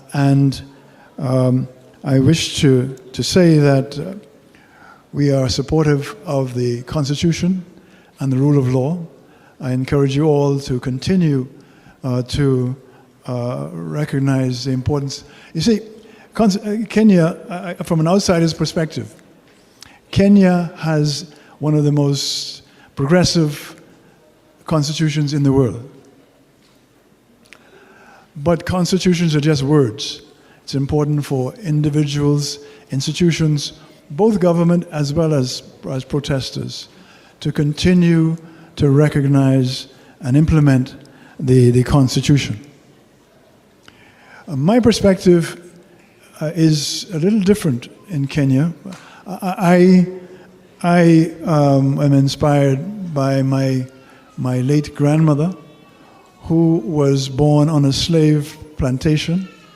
She was raised by her grandmother because her father had been killed by the colonial authorities, and also her mother had gone away to look for work. And so I have been raised in a den of human rights activists.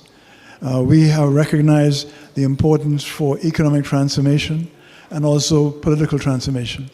And so as a teenager, I came to Kenya for the first time because Kenya has been an inspiration to the Global South and continues to be an inspiration to the Global South. And I encourage you to continue that because economic transformation will come through you.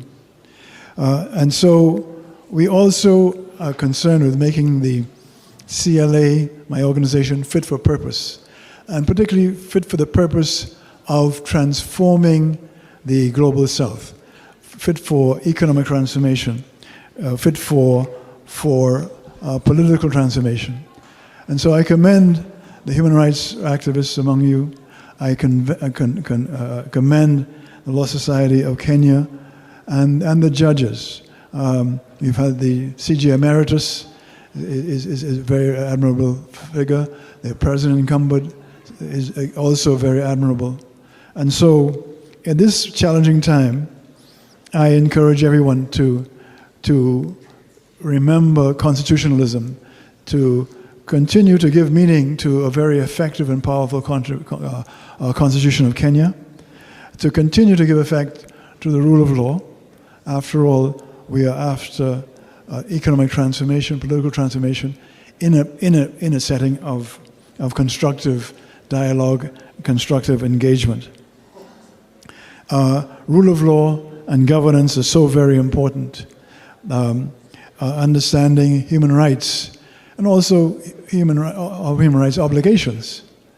They're both sides, rights and obligations are so important. So with that, let me say thank you for having me here. I'm learning more and more from this very constructive session. And the Commonwealth Law Association continues to be in solidarity with the judges, with the lawyers, with human rights activists. Thank you so much. Thank you very much, Dr. Maynard. Really appreciate it. Okay, all right. Let me welcome Cricket Rights to come give us the first interlude for the entertainment, then we go to the next panel. Cricket Rights, where you at?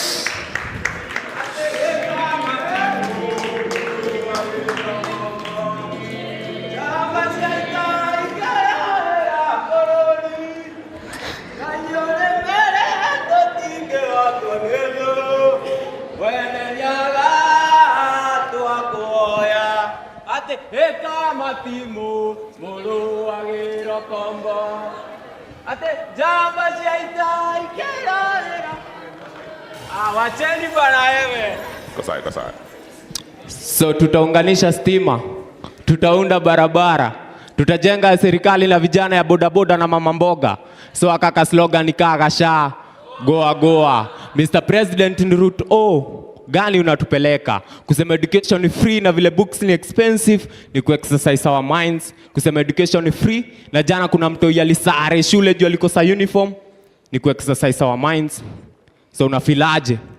Unafilaje saa zenye urezo wako anakuongoza national anthem na tujenge taifa, alafu Korogosho, Mathare, kwa jenga wanabomolewa. Gunshot na sauti za tinga kwa mwananchi amenyeshewa zinafanya hearts zao even more wetter. Alafu kuna sauti ina ring kwa mind, mukinichagua Hakuna kijana atapigwa risasi tena. Mukinichagua, hakuna mwananchi atabomolewa tena.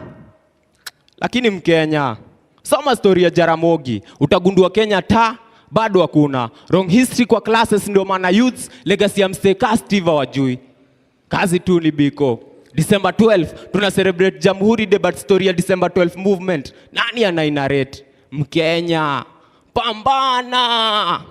Time ina fly. Na Daily Nation ni propaganda za Orezo kwa flights kujaribu kuland jobs kwa youths. Nation ni sick, hata doctors wako mgomo. Hakuna budget ya kulipa doctors, but kuna budget ya unconstitutional CASs at a cost. The Star, News Bulletin. Mwakenya nilikeji kina Karemi wanatumia kupass exams za history yenye stories za kina Karari, Ndudhu zimepigwa njama na kuarrest kama role ya women kwa Maumau, Zakayo, Maleza, uende.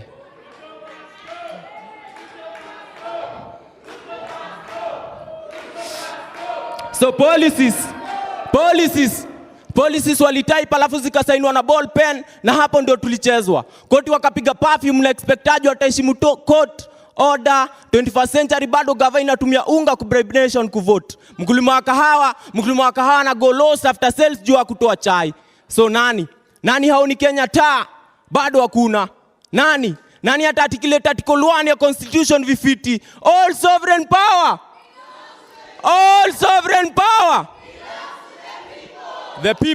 The people ni set flani ya rulers wa protect wealth kwao. Sunday wamekrama Apostles Creed, alafu Monday greed ina drive na testimonies za vile 7 days without prayer inawafanya weak. Wewe hujasikia kiongozi wa Wanga alikuwa na bongo na bado alikuwa deceived na sweets. Mambo leo still ni ukoloni. Believe hata Mugabe angekuwa Kenyan hangetaka anyone amuite roba ama ni roba. So tunaishi na country whereby the president anapenda the youth, but most strategic jobs anapenda the old, na kwa hiyo mood still awari. Country yenye ina constitution kama ni leadership nachagua humanity kwa leader wangu. Juu kama leadership ni school degrees na certificates, basi hadi zile karatasi za Waititu zilikuwa true. Ni Fedi na Dalizi misinterpret. So pieces mob za peace wasanii wanaandika lakini bado hana amani. Kiongozi mwananchi alichagua already anamfichia white. Already ana stock ya ngano ya kubandika posters time ya campaign na Turkana tunakufanja. Wanjiku hawezi afford kwa Rimona mkulima wa Roskoko na majani chai. Analia njaa toka time ya Nyayo. Afya center ni kama base fulani ya viongozi waendea snacks. Docs ni less, hospitals ni less, na zenye ziko hazina madawa. Doc ana complain of protective gears ndio anatekechea ya 4M la last time. Nurses wali strike ni jana. Si wages zinafanya mwalimu kuata kidato. Si wages zina donatives ku evicted Kariobangi, Mokuru na Ruai. Onanyemoke Ruai ginya hakiri. So equality iko wapi time kuna mwenye nchi kare na kona aneka ya parking na neka smoking zone na parking large kuliko chuo fulani iko Korogosho, Dandora na Madhare. Equality iko wapi time kuna mwenye nchi karen akona aneka ya parking na neka smoking zone na parking large kuliko chuo fulani iko Korogosho, Madhare na Dandora. So tunataka police service ya police force. Utumishi kwa wote, si utumisi kwa kara wengine. Jukara wengine ni same na photographers kila time they've got a clear shot. Makara wengine ni kama kwa class walitoa sura viatu vile wamekuwa sharp shooters. Tulienda recruitment za makarao alafu tukaambiwa tuko na shida ya macho. Alafu after kutembea station tukapata afande amevaa miwani. So niambieni nani alifunga mwingine macho ama tulifungwa macho juu tulikosa za macho. So naitwa cricket rights.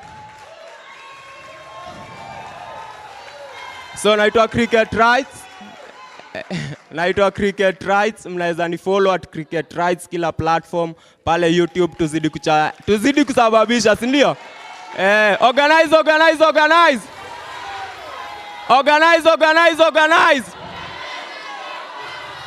Sasa comrades relax. Hawa wasanii nataka kuleta hapa next. Nimesikia ni wasanii wa smart kukuliko baba. So relax kidogo. Nimesikia ni wasanii wanaitwa wa Douglas wanakuja kuwa anguka nayo.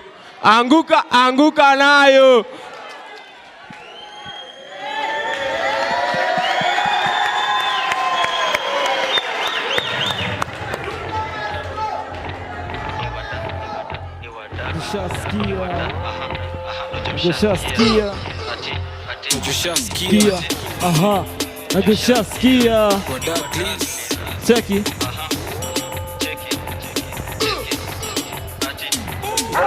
Nakushasikia kukiingia ni kubla.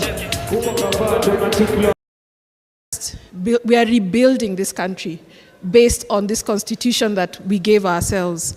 And so it's very important for us to be vigilant going forward, because the fact of the matter is that this movement is based on the rule of law. And I've seen that from the tweets, from the protests. Everybody was careful who was involved in the Gen Z protest to abide by the rule of law. And so it follows that the next steps are also guided and informed by the rule of law. The president has sent home his cabinet. And I'm very, very proud of that singular step of sending everybody home, especially the fact that the Minister for Interior was a lawyer and presided over the abductions, the killing, disappearance, and abuse of human rights. And he had the opportunity to actually cement Article 37 of our Constitution and abide by it, but the opportunity was lost on him. So the opportunity for you and for us all as Kenyans is to ensure that the weakest link, which has been Parliament, needs to be in check. Because remember, when the vetting of the new cabinet secretaries happens, it's going to be happening at Parliament. So who is going to sit, who is going to sift, who is going to analyze? Of course, there will be much more involvement by the citizenry, because it's obvious we've taken back our power, and people will be able to say, this is who we want. We want individuals who have been subjected to the provisions of Chapter 6 of the Constitution. That is non-negotiable. And going forward, vetting should not be just a by the way, because it's a foregone conclusion. It's just been like I'm looking for the words, but you know what I'm saying, that it's just been, we're a majority in Parliament, we're going to pass these names, we're just rubber stamping, we're not looking at the qualification of these people. So that's important going forward, that's what's going to happen. Secondly, what does Kenya look like now going forward? There's a recall of MPs still on the table. I know Kabete constituency have started a process. There's nothing that's stopping the citizenry from collecting signatures even as we speak. So those are processes that should actually be going forward. And the fact that people have shown interest in the finance bill, there should be bigger interest on the appropriations bill, which is now an act. Nothing stops the PSs who are still in office, who are accounting officers, from committing the budget. Absolutely nothing. So there's still a lot to be done. Eternal vigilance is the price of democracy. We cannot get tired. I must say here that I'm very, very proud of the work that Faith Othiambo, the Law Society of Kenya, council members are doing. And civic education is important. So beyond saying that something will be done, let's be involved in how it will be done.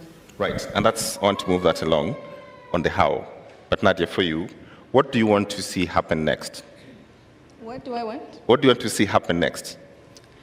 We've kept talking about accountable governance for a very, very, very long time. And I will use my example. When we were getting into this industry, I mean the music industry, when you have a name, you have status, you weren't able to publicly call out a vice, call out, let's say, a leader for something they haven't done. For the first time in history, you've seen artists, you've seen influencers in the front line. Because sometimes when we sign contracts, sometimes you're told you shouldn't associate yourself with anything that is happening in the country. But for the first time, even as one of the things that I base off my career, I never want to talk about politics. But for the first time, I remember hiyo siku ya maandamano ya kwanza, nilikuwa huko, nimeangushwa, niko na hadi alama up to date. So for me, it's about accountable governance. And someone said from the X space, we need to make it so unbearable for anyone who's getting into any public office to hold the office space if you do not like accountability. So anyone that is getting into office has to be ready to be questioned, to be asked, because we are the bosses. So si eti kila siku tumekopa sijui how many billions every single day, or we are being taxed, taxes. The other day I was checking bei ya tissue paper. The last time, like, nikikuwa Mwehoko, me I'm from Mwehoko, it was 15 shillings. Sai tissue paper, hakuna tissue paper hata ya 20 shillings. The cost of living inaendelea ikipanda as a day goes by. So, kwa nini tunakuwa, like, vitu zinakuwa expensive, but the salary ni the same? You understand? Like, kama wewe ulikuwa unauza, nitasema aje? Kama tuseme ulikuwa uko na biashara yako, the moment you start raising your prices because what you're purchasing with imepanda bei, like the supplier price imepanda bei. So wewe ukiongezea customers wako, inakuwa ni ngumu for them to come back. You understand? So for me, it's about accountable governance. Let us hold every single person accountable. Yes. All right. Accountable, Steve. Thank you. Good afternoon, everyone. Is one thing I can say, Alan. What is happening now is what our fathers began in so many years ago, and along the way they lost the momentum. And I think that is how we found ourselves, because the war to bring in a new constitution is a struggle that has been there for a long time. And the day the constitution was being promulgated on 10th of August 2010, the whole Africa, the whole world praised Kenya for a very progressive constitution. Everybody knew that now Kenya is politically, economically, and socially liberated. The president of Kenya, Dr. Samuel Ruto, when he was campaigning on the mantra of socio-economic justice. Article 43 of the Constitution was his anchor. When he was speaking to the youth about job employment, when he was speaking to the Mamamboga about improving their livelihood, when he was speaking to the Boda Boda rider, who is a youth, about empowerment, he was addressing Article 43. Then what have we noticed? No one is bothered about adherence to the rule of law. What they are doing is to pull things toward themselves. What do I expect to see? Scrapping off of the NGCDF, we need to do away with that unconstitutional fund, which has turned our parliamentarians to become executive puppets. Doing away with bursaries and pumping the money to the education sector. Everybody to have an equal right, because they use these goodies to buy us off, to buy our parents off. So we want to ensure that they stop assuming that we have to go and knock their doors and queue at the CDF offices, begging to get money to go to school, yet Article 43 talk about my right to education. So these are the expectations we want to see. So as he sends away the cabinet, we want to see very serious reforms, and that's why this call for serious reform is not ending, and we are not stopping, because we are coming for the throats of these parliamentarians metaphorically, because look at what happens at the Senate. They dropped the bill for the conflict of interest. Why? Because they want to continue tendering for the government. Some years back, nobody wanted to supply to the government because nobody used to be paid. Right now, they are running that cartel.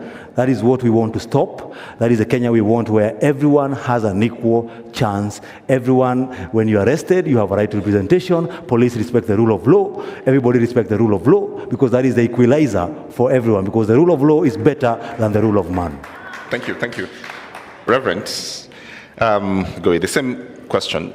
Can you help us figure out from where you sit, what should be these actual next steps? What would you like to see? What should we all sort of collectively try to figure out and say, this is what we think should happen? Hi, can you hear me? Can you hear me? Yes, sir. Sorry, I wasn't introduced. My name is Go Wiodera. There are a couple of things we need to be able to recognize, James, what we are up against in this movement.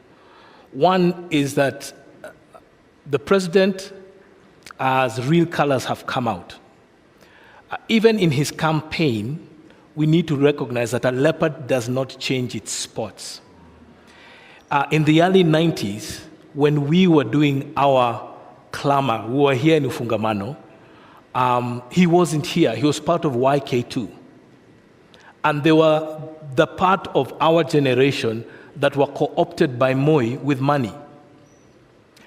When we were doing the constitution and clamor for constitution, he voted no. In fact, he said that ni kama karatasi ya kufunga nyama. So constitutionalism is not part and parcel of those who are in office. So that is what we are up against. The second thing what we're up against is a culture, all right? A culture that does not necessarily value hard work and a meritocracy in itself. So Gen Z are trying to say, we are putting in all this effort to get what we want. Now we are seeing people wakivuka line and getting there without even earning what they are. And lastly, I think a thing that we have, and the panelists have said, is accountability. And I think those are the three things we need to continue championing moving forward. What Gen Z, I'd like to be able to encourage this group of young people, this generation of young people, is recognize that this is actually a marathon. This is not a sprint. And so there are certain gains we need to make. And I think there's somewhere we need to celebrate what we have gained these past 3 weeks. And we need to celebrate that. In as much as some of our comrades have fallen, we need to celebrate this. This is a great thing, that a government can withdraw a finance bill is a big accomplishment that I'd like to celebrate what these young people have done. It is something I am proud of you. We are proud of you. And you've done something my own generation was not courageous as you to do. And you have taken this to another level. So just to your point, as I come back to you, there's two problems here that we have to contend with. There is the question of dialogue that keeps being bandied about. I want you to speak about this question of dialogue. And then at the tail end of this process, it's a political process. So there has to be a reasoning on how the public engages politically, because those changes have to happen in a political construct where the politicians have the experience more than anyone else. So the issue of dialogue is who is dialoguing. So the referee cannot be the player. James, the referee can't be the player. And so you don't have the credibility. Now, the institution that I am part of, the church, has lost its credibility too. Yeah. When we were supposed to be doing what we are supposed to be doing, we were sitting in State House. So we've lost the credibility too. So there needs to be another umpire, another person doing this. We can learn from others. We're not the first ones to do this. So there are other actors that can come and do it. And secondly, James, it can't be a political process alone. Yes, we understand there are political processes that have to be happen, but there's also a place where we need to talk about the economics of this dialogue. We also need to talk about, and very big, is just the philosophy of how we do it. So we cannot give it to the politicians. We left the politicians to do the final putting together of our constitution. And look what they gave us. So we can't trust the politicians. We can't. And I tell you guys, don't trust the politicians. We can't leave it alone to them. In as much as they are players, it has to be a collaborative effort. Right. The question of how not leaving this to politicians then become an important question. There's hyper, right now, engagement. Every citizen is engaged with every document that comes from State House, that comes from, government. But that, in all honesty, is one thing that keeps them accountable. But at some point, as they say, people will be like, I have other things to do. As Nadia says, I need to go sell my tomatoes. I can't be every day on a space for 8 hours, right? That is my job. So walk me through this question of what part of engagement should we be talking about and accountability, and how does that look like so that we keep this process alive to make sure that we all don't lose our time and also don't get fatigued with the process? I think one thing we need to appreciate, there was Goldenberg some time back. Let me start there. A report was prepared. People had a lot of discussions. We saw a lot of parading of people. Then that dwindled. We saw Anglo-Rising came. People ate public money. They could not be held accountable. Then that disappeared. People like, there was a Ndongo report on land justice. Nothing came out of it. TGR, the Commission on Justice and Reconciliation, there was a report about that. Nothing ever done about it.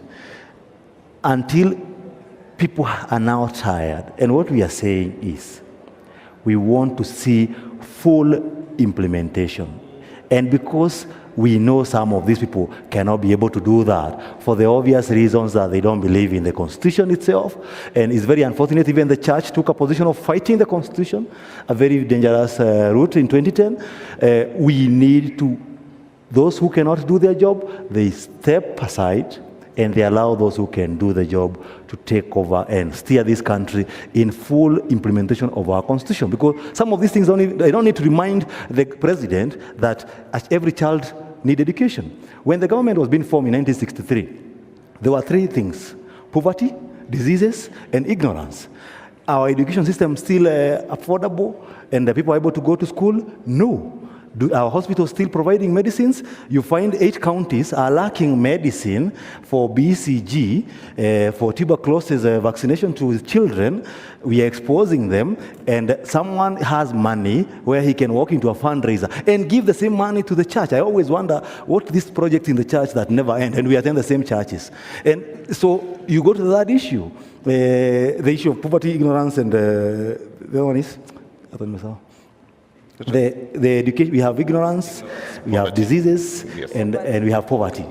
How many Kenyans are living below $1 a day income? Most Kenyans are, that's why they are online. That's why you find them on login the whole day, because what else will I be doing? Moving around. Myself, before I got an internship as an advocate, I remember I dropped 36 CVs in the city of Nairobi. And all the advocates will tell you, we'll pick you, but we can't be able to sustain you.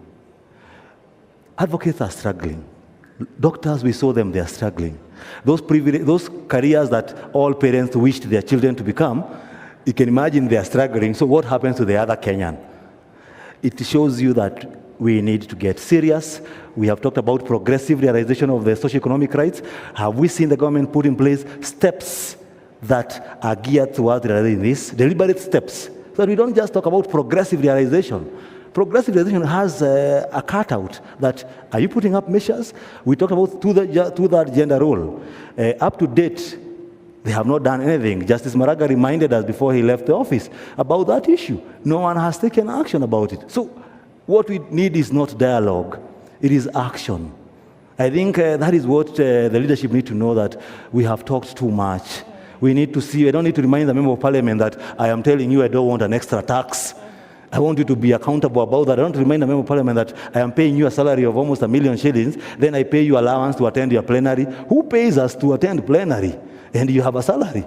Who pays you to attend a committee of the job you are employed to do by the people? What makes them so scared that once they get elected, they need 10 bodyguards? What are they doing wrong? They know it. And that's what we want them to address. Okay. Nadia, you raised an important question the last time about the role of creative, and and we've seen what the creatives have been able to do for this movement in this time, using your own talents to push the conversation forward, musicians, comedians, and the rest.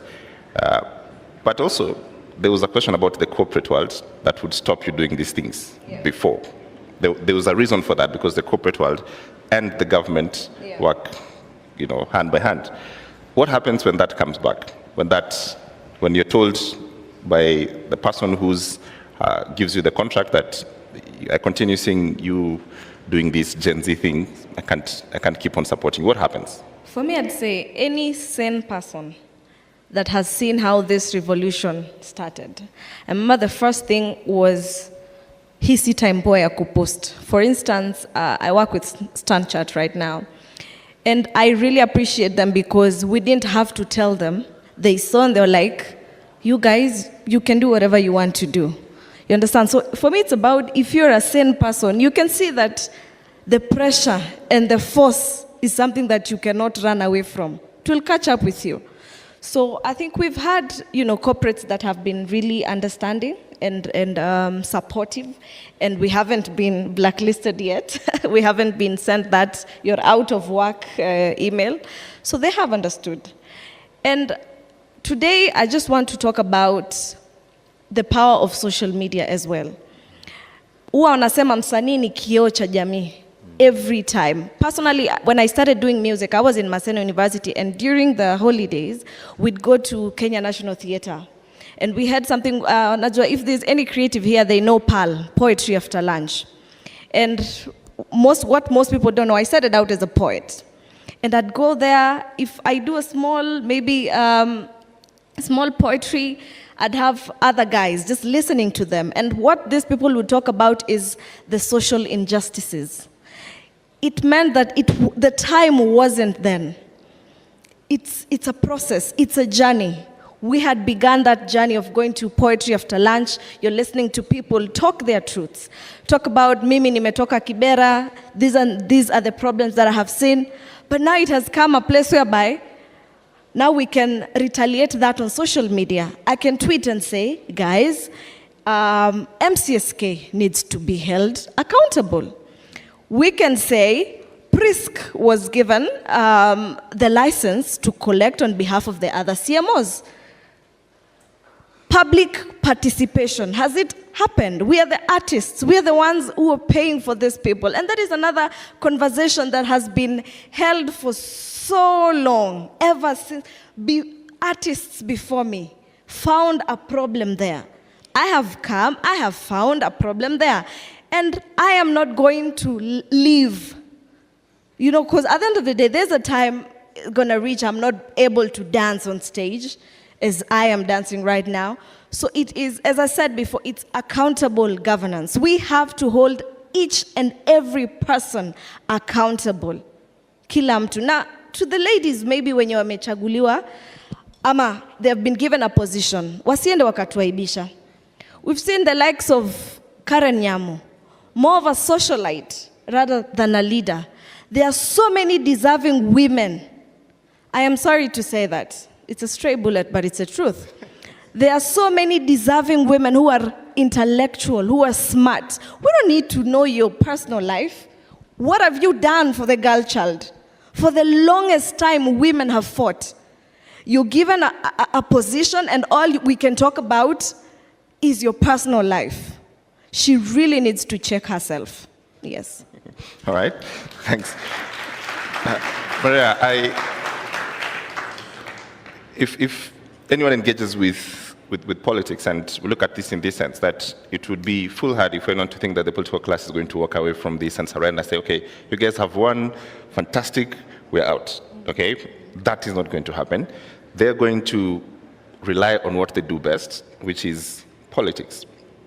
And I suspect this is what's going to happen in the next 2-3 years. From where you sit, with all these issues that we need to solve, and there are many, right? And they're serious. Parliament and constitutional, two-third gender rule not anywhere being affected. There are many things on the priority of this list we just don't know and don't have. Give us some advice. How should we look at these questions that we exercise our minds and say we should have priorities, bare minimums, and go forward? Because the political class will have that. And this is a long battle, as Reverend Goy has told us. Yeah, so I think the first thing, we need to appreciate that the country has changed. It's not business as usual. So there's been a shift in the minds of Kenyans. Whether they're saying it or not, whether they're organizing or not, it's present. And we have to seize the moment. So where do our leaders come from? They come from within us. Today we'll sit here and say, hey, James unatosha mboga. Where tutakuchagua? But what happens? What follows after? Hey, Mhesh. What do we say? Toboka. Kakitu ka lunch. Mhesh. That's the problem. Our politics, our governance is transactional. And the minute I give you a 50 bob, a 100 bob, a 200 bob, I'm done with you until next time. So this shift has to be literal. Like, we can't just talk about it, we have to live it, we have to talk it, we have to walk it. The fact of the matter is, politicians are smart. Even the ones we say are uneducated are street smart. So they will just look at what is trending and jump on it.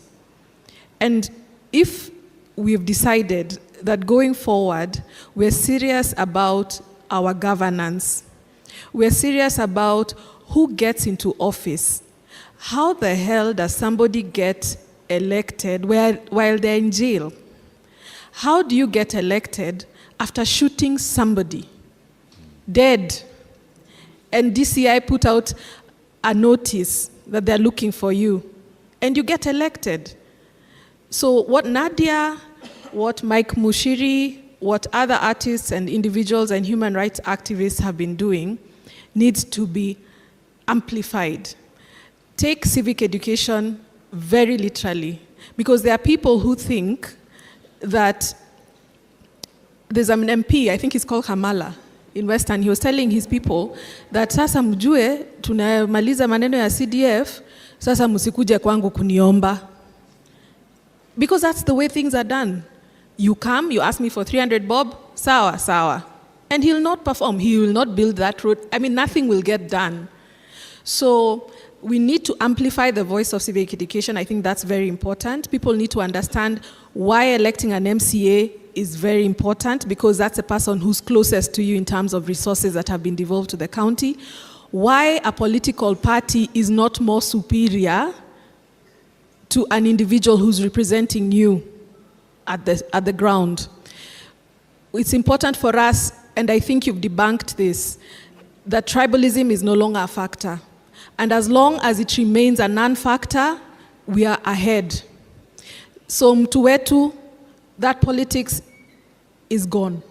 So if we keep at it, and if we keep agitating for the very things that we're actually talking about, governance, accountability, transparency, right from the elective positions. And I think this is an opportunity for young people.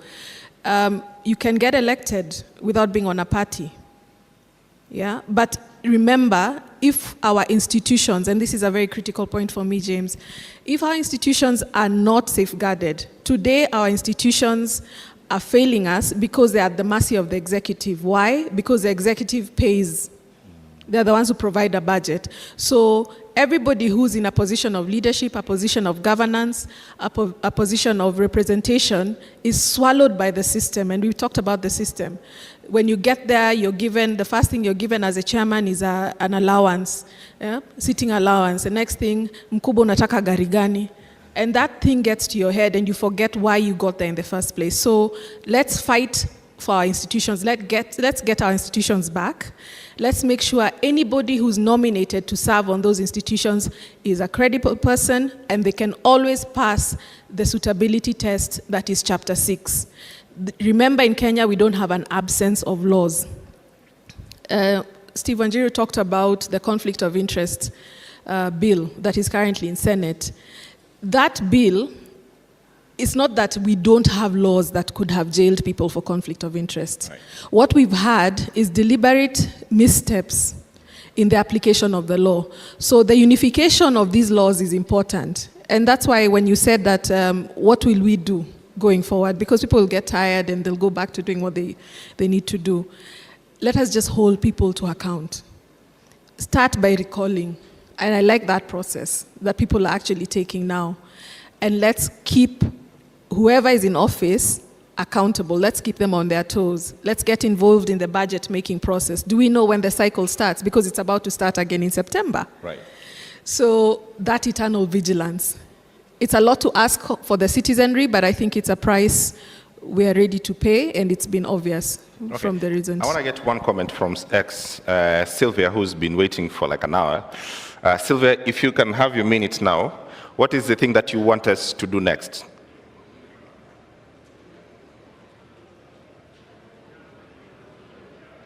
Do you have Sylvia?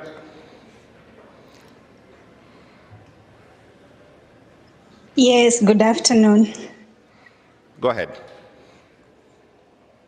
I'm speaking as a lay person according to how things are right now, we understand that a government is formed by three arms. I think we have three arms of the government. But as things are now, it's like the parliament and the executive have merged. So we do not have oversight.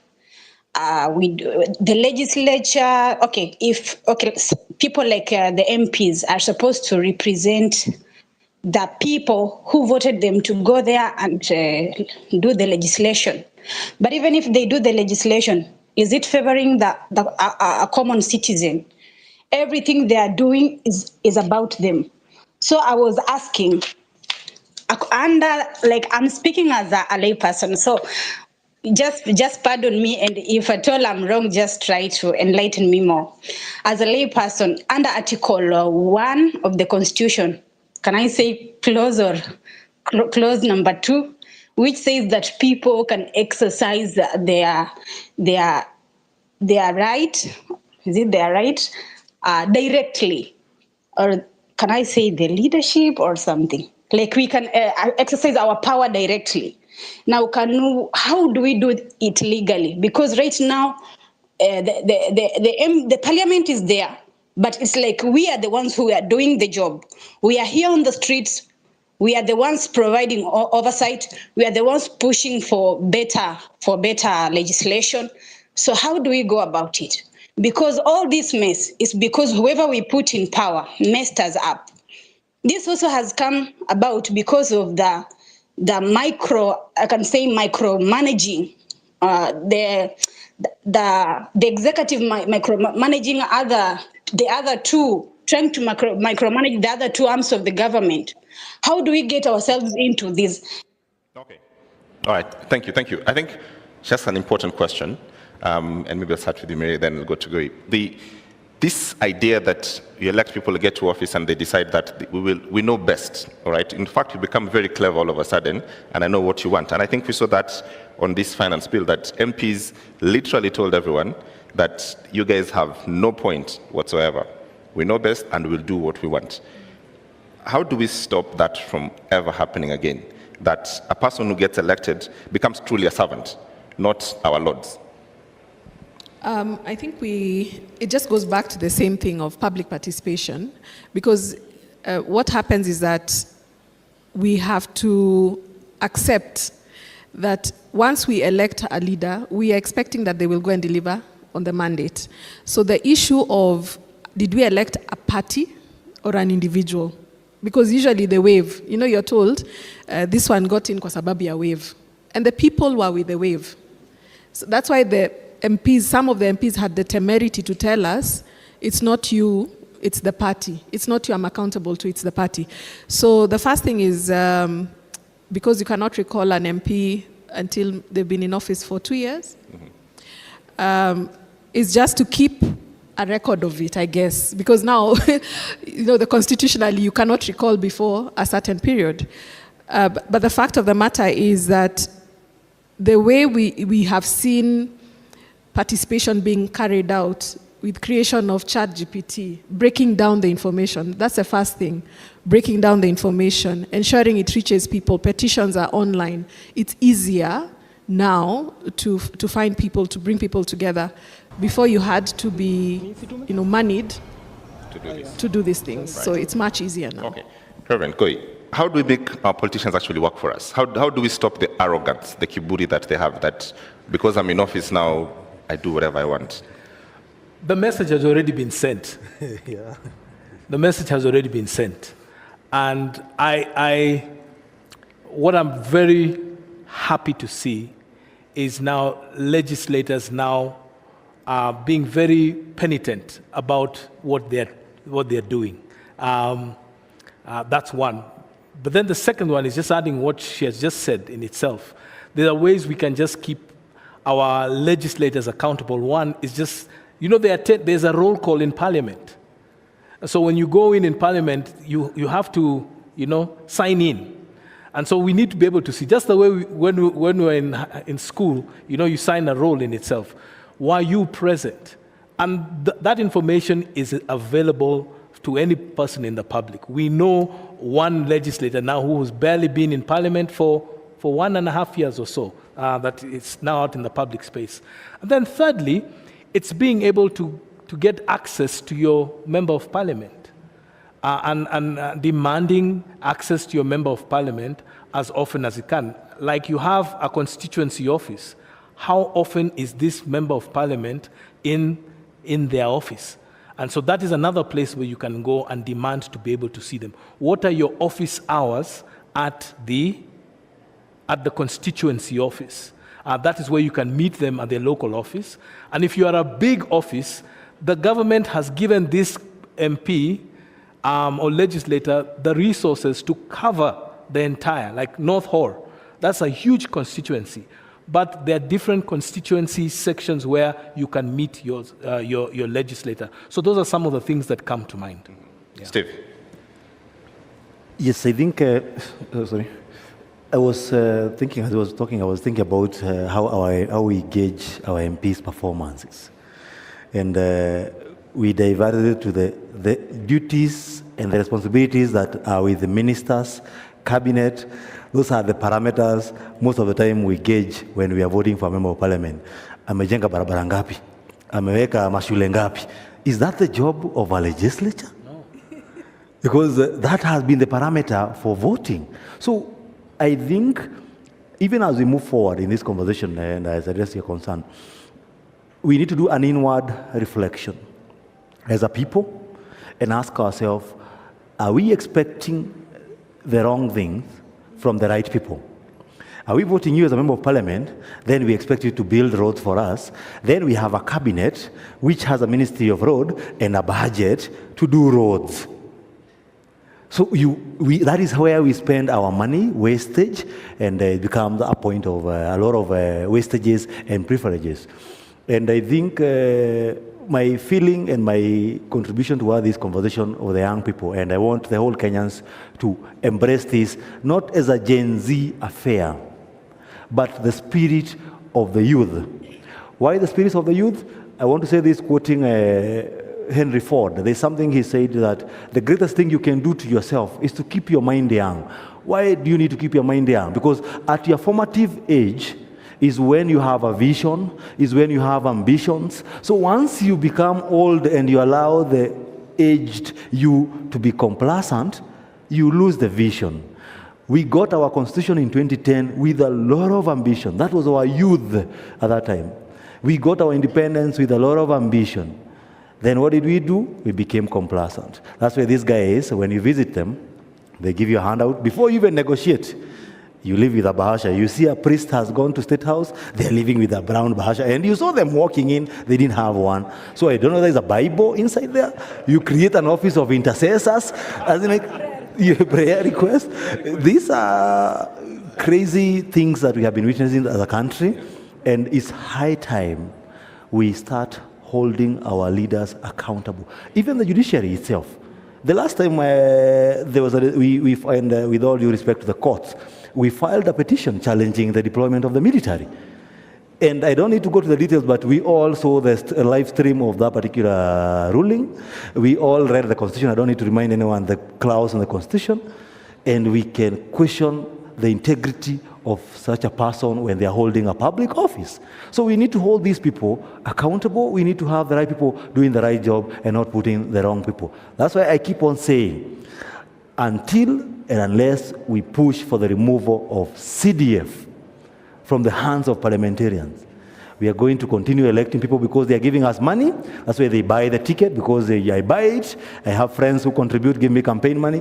Why is it costing almost 50 million to join parliament? If I save the whole salary for parliament from day one to the last day, I can't raise 50 million. Even if you work with the simplest mathematics, because they have a lifestyle to maintain. So there's a lot of inward reflection that is needed, both to the people, to the president, to the leadership, at all levels and at all arms, and we need to hold them serious accountable. All right, thank you very much, Reverend Goi Odera, nashukuru sana, Steve Bugwa and Maria Menekap. You've all done very well. Thank you for the panel. I leave Nadia to perform as we exit the stage. Thank you very much. You've all been very nice and very kind. Thank you very much. It was a great pleasure. Ngoja. Thank you very much. Ningewaomba tusimame. Let us stand up, please.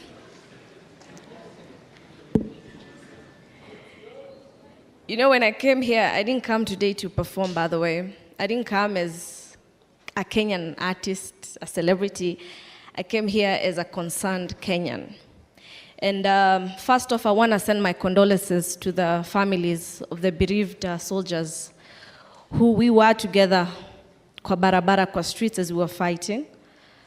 So my biggest condolences to the family and to anyone here who's been affected by this time. As Boniface has said, yeah, they've partnered with Kenya councillors. What is it called again? I think I've forgotten the name. So you can see them after this. And for me, it's also to say, we've had a win, yes. We've had some wins. But at the same time, we need justice for the people, to the families zenye wameachwa na wapendwa wao. They need closure. Ama namna gani? Tuweke ngoma imechangamka kidogo. Weka maombi. Kazi ya Mungu. Hoya, hoya. Hoya, hoya, hoya. Ati. Anguka nayo round 2 kwa iba. Anguka nayo. We've lost people. I thank God that I'm alive. When we went to committee, we saw the cells where a lot of our comrades in the 1980s died in prisons, including Naivasha, Kamiti, Shimo La Tewa, and all those jails and prisons. The torture chambers that used to be physical at Nyayo and Nyati House are now happening, and our young people are being thrown into swamps. But I don't want to talk about myself today. I want to answer only one question that you've asked. What is different between the struggles that we have been in and this one? Because I think that's something that has been missed in all the conversations I've listened to. And my answer is this. This is the only generation which has refused to be used. The only generation which has refused to be used.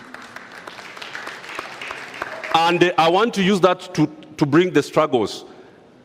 The Mau Mau, Modoni Nyanjiro was the mother of the Mau Mau. If you look at it, the Mau Mau were used. They died, they were deprived of land, they were kept in cells and in jails. Dedan Kimathi died, but they were used by the home guards, the Kenyatta, the Jomo Kenyattas and the home guards who took over power. Then the second liberation, which we died for, we went to jail for, to bring back Section 2A. We were again used. The people who took over power were not the people who were in the fight. Then comes the Kenya Constitution 2010, which the likes of Osieno and myself and all of us in Jokia invested our lives in. Who is the beneficiary of the Constitution of Kenya 2010? William Ruto. The one who said no is the one who is the president. Uhuru Kenyatta, who was against the Constitution, and Rigathi Gachagua are the people who are the beneficiaries of the Constitution. Again, we were used. This is the only generation since Kenya was established as a colony. Kenya became independent. We only have one generation which has refused to say, which has said, you are not going to use us. Raila every time uses dead young people in the streets to negotiate handshakes. 2007, the numbers who died 1,000, by the way, the number was more than 7,600, but we used the number that the government gave us. Then we went into handshake.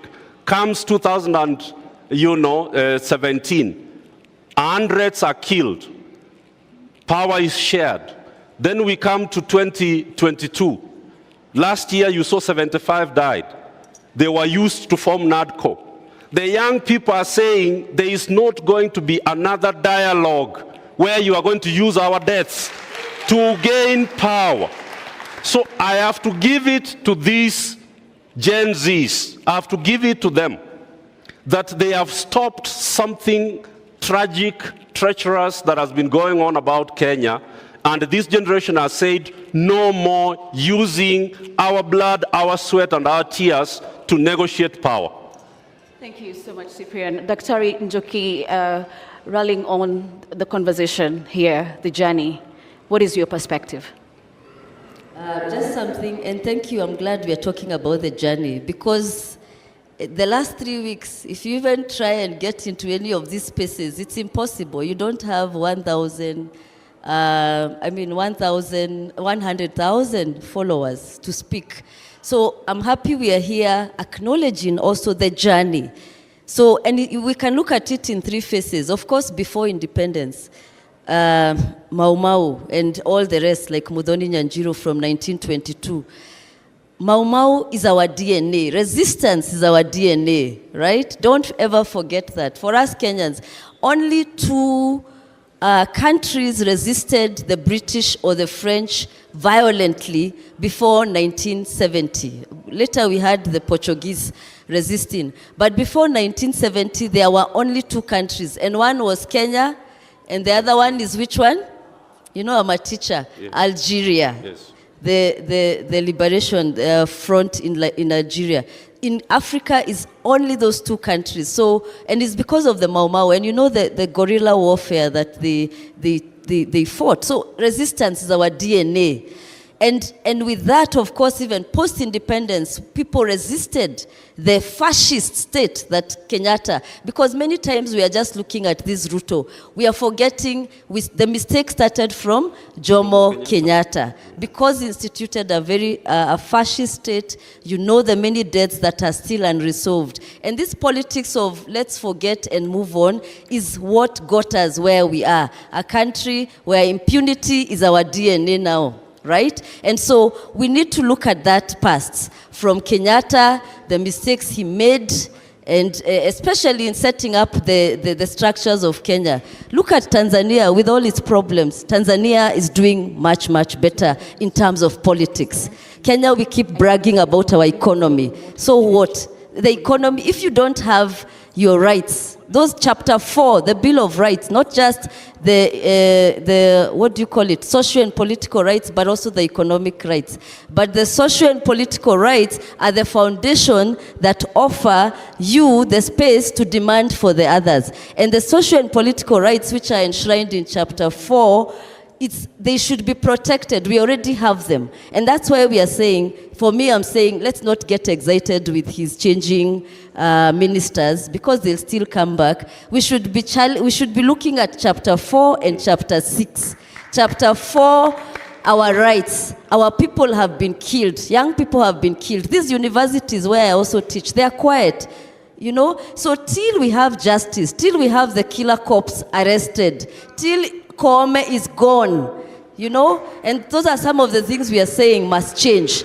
Then we can deal with, as we deal with the rest of everything. But having said that, it's a good moment. I think Gen Z is probably now what we can call the third liberation. This is I think we've now entered the third liberation. And the second liberation, and I'm glad we are here in this hall.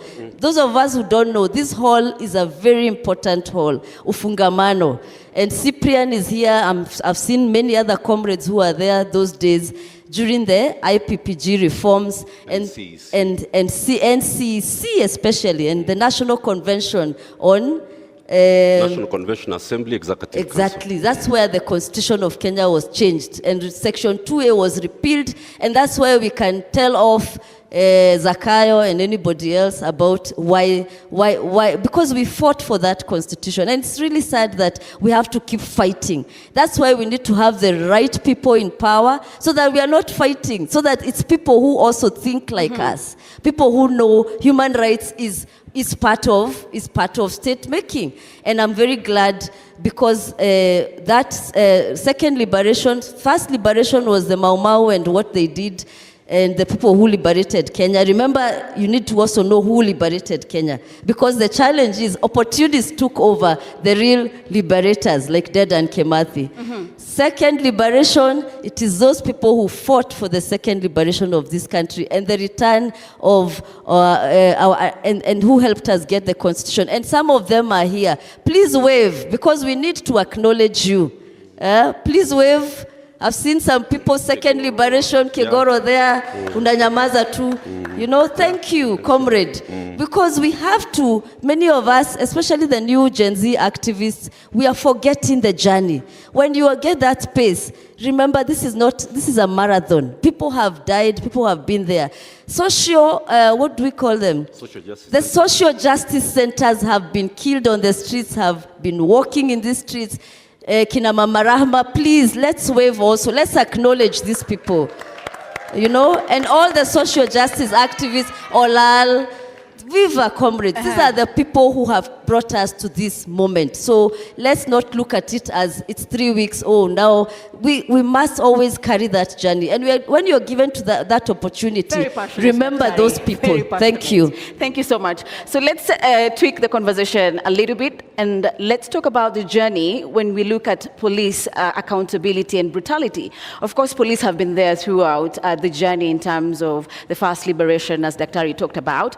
But with the new Constitution 2010, there was different expectation in terms of how they would engage the protesters. So Otsiero, take us through how the journey has been and how do we make police accountable?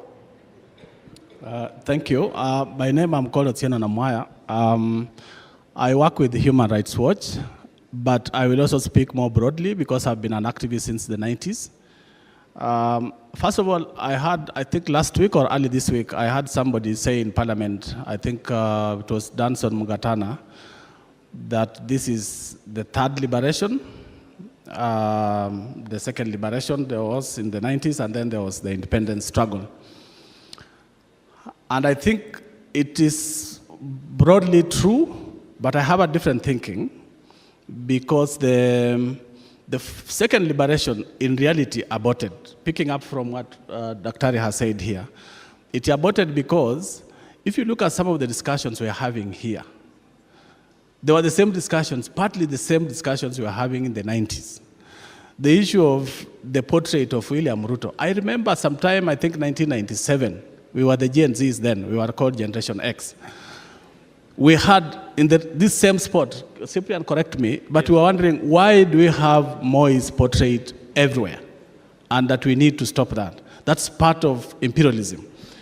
So having said that, that struggle, second liberation struggle, picked up from independence struggle, which a lot of people believe that the independence struggle aborted and died with the death of Dedan Kimathi in 1957. If you look at movements such as FERA, which is February 18th Revolutionary Army, or Stock Movement, which was with people like Akina, Brigadier Odongo, Raphael Wangondo, and the rest, the reasoning even for naming it FERA was that we aborted the struggle in 1957. We need to pick it from where we aborted it. That was 1957. That's why it's called February 18th Revolutionary Army. Dedan Kimathi was killed on February 18th, 1957. So it is part of the long struggle. So picking it up from there, I was supposed to talk about police accountability. I don't want to go into details of repeating some of the things that some of the speakers who are here in the morning had already spoken about. I want to basically flesh out some of the worrying trends that we have noticed for the last maybe 7 years that we need to be really worrying about and calling out the authorities for what is happening. Let me talk about IPOA a bit. IPOA was basically created by the Constitution of Kenya 2010 and then operationalized by the 2011 law, IPOA Act of 2011. But it came effectively into operation in 2012 when they were constituted, and then they started setting up in 2013. By 2013, we had a lot of hopes. They had just 6 investigators. But they could try to reach everywhere. They would be in Kisumu, they would be in Nairobi, they would be where? There were just 6. Right now, IPOA has approximately 100 investigators. But what do? If you look at their case success rate from 2013 to now, how many cases have they successfully prosecuted? How many? I think about 12, if I'm not wrong. I think about 12 or 13 cases. How many cases have been filed with them? At some point, IPOA used to post these details on their website. They no longer do that. Why? Because if you look at the cases that have been filed with IPOA, by around 2018, 2019, there were around 7,000 cases of police brutality and police misuse of power and all that. How many could they investigate? There are about 100, maybe 1,000, up to 2022. How many have they successfully prosecuted? About 22. However, the details, those details don't tell you the problem with IPOA right now. IPOA was initially in the thinking of the 2010 Constitution and the Second Liberation. The issues we had, especially after the 2007 elections and the killings by police, was that we need a civilian institution where people can walk in and report police abuses, so that people don't have to go to a police station to report cases to be investigated by the same police officers who have committed the offenses. So it was created as a civilian institution. It was supposed to be friendly, welcoming, understanding, transparent. But what has happened today, if you look at IPOA, it has transformed itself. It has become more like a police institution. So it's no longer transparent. Those cases they used to post on their website showing how many have come and which ones are killings, which ones are torture, they no longer post that. Then the other is that they are no longer acting like they are civilian. They are more interested in parleying with the police and being called to State House than actually opening their doors for the civilians to report cases. And then the issue of their performance, I know people will celebrate. We have IPOA because 12 police officers have been prosecuted, they have been sent to jail. But there's nothing to celebrate. If you look at the number of killings we have had since IPOA came into place in 2013, they cherry pick cases. So if there's a police officer who has killed somebody in Kangware and there's pressure, the government is also worried or embarrassed, they go and investigate and prosecute that one. But killings such as what is going on today during protests, we have never had IPOA prosecute officers for killings during protests because those are state-sanctioned killings. So in 2017, there were over 100 cases we documented. I think there were more, but we documented 104. IPOA has focused on 2, Baby Pendo and Stephanie Mora, cherry-picking what they can prosecute because these are low-hanging fruits, but they don't go to the bottom, the root cause of the problem. So out of 100 plus, they picked 2, and they never even successfully prosecuted. People are having to go and prosecute them on their own. Between 2014 and 2015, there were over 100 people who had disappeared in Nairobi, Northeastern, Coast Region. We presented these cases for IPOA. To this day, they have never prosecuted any. In 2020, during Corona, there were over 20 cases. I don't know how many have been prosecuted. Last year, there were over 70. They promised to take people to court. I think by October, they were saying they are going to court. Nobody has been prosecuted. This one is going to go the same way. So even if IPOA, in fact, their behavior this time has been more strange because before then, we used to communicate with them, we used to know what they are doing. Right now, they have shut their doors. They don't want to say what they are doing. We need to start calling out IPOA. That's one. The second one, I'd asked for more time, if you don't mind. If you could hold on, we could come back in terms of now what needs to be done to ensure the accountability. I'm trying to flesh out. So what needs to be done in the terms of IPOA is to begin to call for more accountability, more transparency for IPOA. Okay. If you allow me to just go through the 3 points. Okay. So the other worrying trend is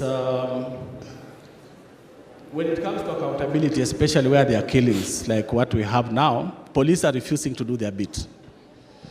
So the National Police Service Act of 2011 says that police, as 2012 I think, police are supposed to, once there's a killing, police are supposed to do preliminary investigations. The commander is supposed to share details of that investigation with IPOA, with the Inspector General. Then IPOA picks up from there to start investigation.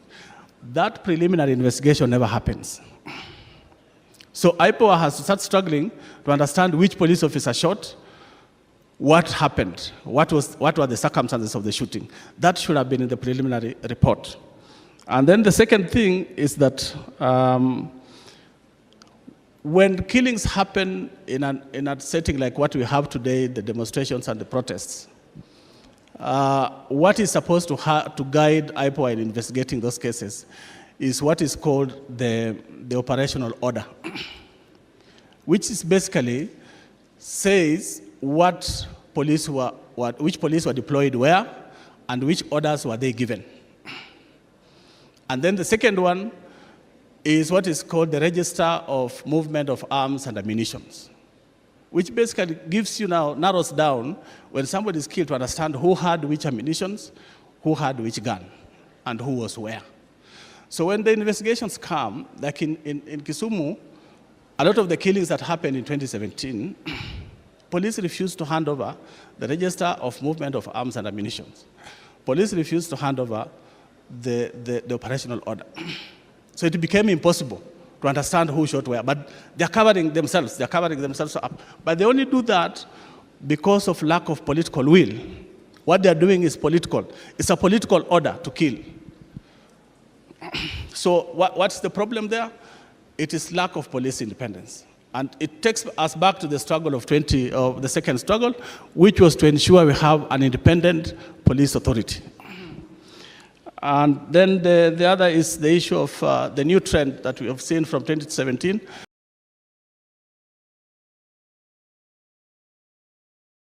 Is the role of the hospitals and mortuaries. So in the past,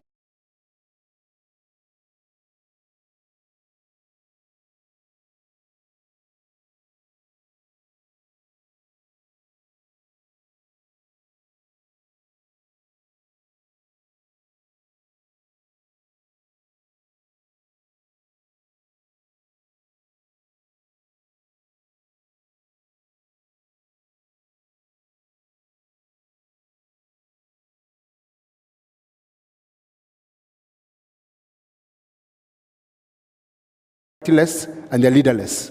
But the moment someone's trying to insert themselves as their leader, you just spoil everything. So I think it is in bad taste for someone who's not in the streets.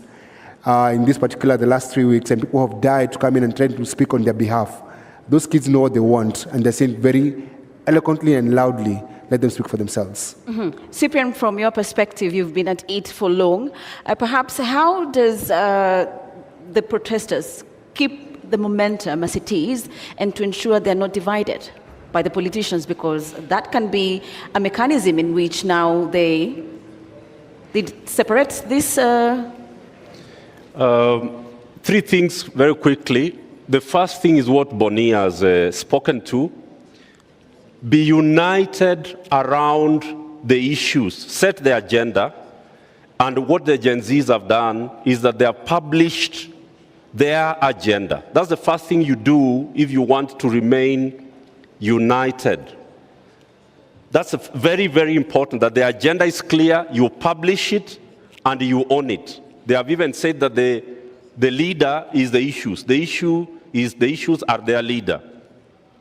The second thing you do to keep a movement together is that you hold everybody accountable who is involved in the process and in the struggle. And the young people have managed to do things we were unable to do. I don't want to give you details, but let me tell you one story. In the year 2000, we were 1,500 of us here, and we only had 2 mobile phones, James Orengo and Munuve. And a priest, a reverend, I don't want to name him today, asked for Munuve's handset. He didn't know, don't name them. And he went out there to speak, but he did not know how to operate the mobile phone. But it was State House which was speaking to him. So when Munuve was given back his phone, he realized that it is State House which had been speaking to the convener of the meeting. That's why I didn't want to name him. And so you have to ensure that the infiltrators do not divide you. And that's why I'm really saying kudos to Gen Zs, because they have identified the infiltrators and they have ensured that they are flashing them out. That is extremely important.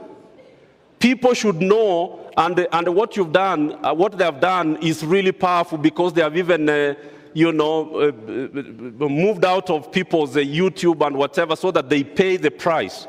Which some of these things, we didn't have these things in our days. Finally, which is what I want to really speak to, the Gen Zs do not know how to deal with it.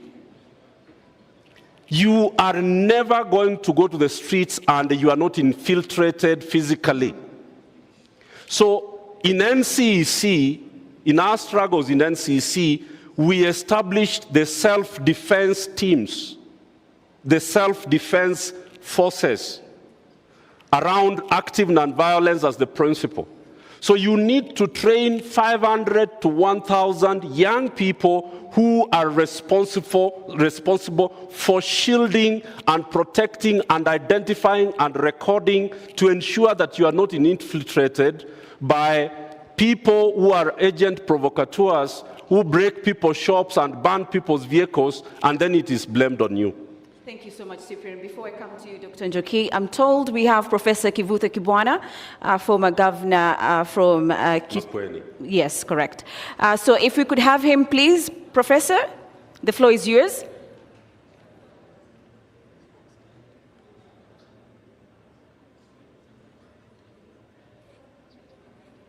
Hello? Thank you so much, Prof. Please carry on. Okay. First of all, I really want to, put my hat off for these young people, the Gen Zs, who have done something one can equal to the Mau Mau of the 50s, not even the NCA, NCC struggle of the 90s, and this is huge. And following mambo wanafanya kidogo kama mtafiti, I can see that they have realized that hii system ya ukoloni na ukoloni mamboleo mpaka ichenjiwe kutoka kwa roots. And I think that's the biggest thing that I have, seen from the struggles and from their work. Ndio tuwe na system mpya, which is an identical twin to the 2010 constitution. Na jinsi ilisemekana hapo awali, nafikiri ni Houghton, somebody said this, ni kazi ngumu na ni marathon, so that people don't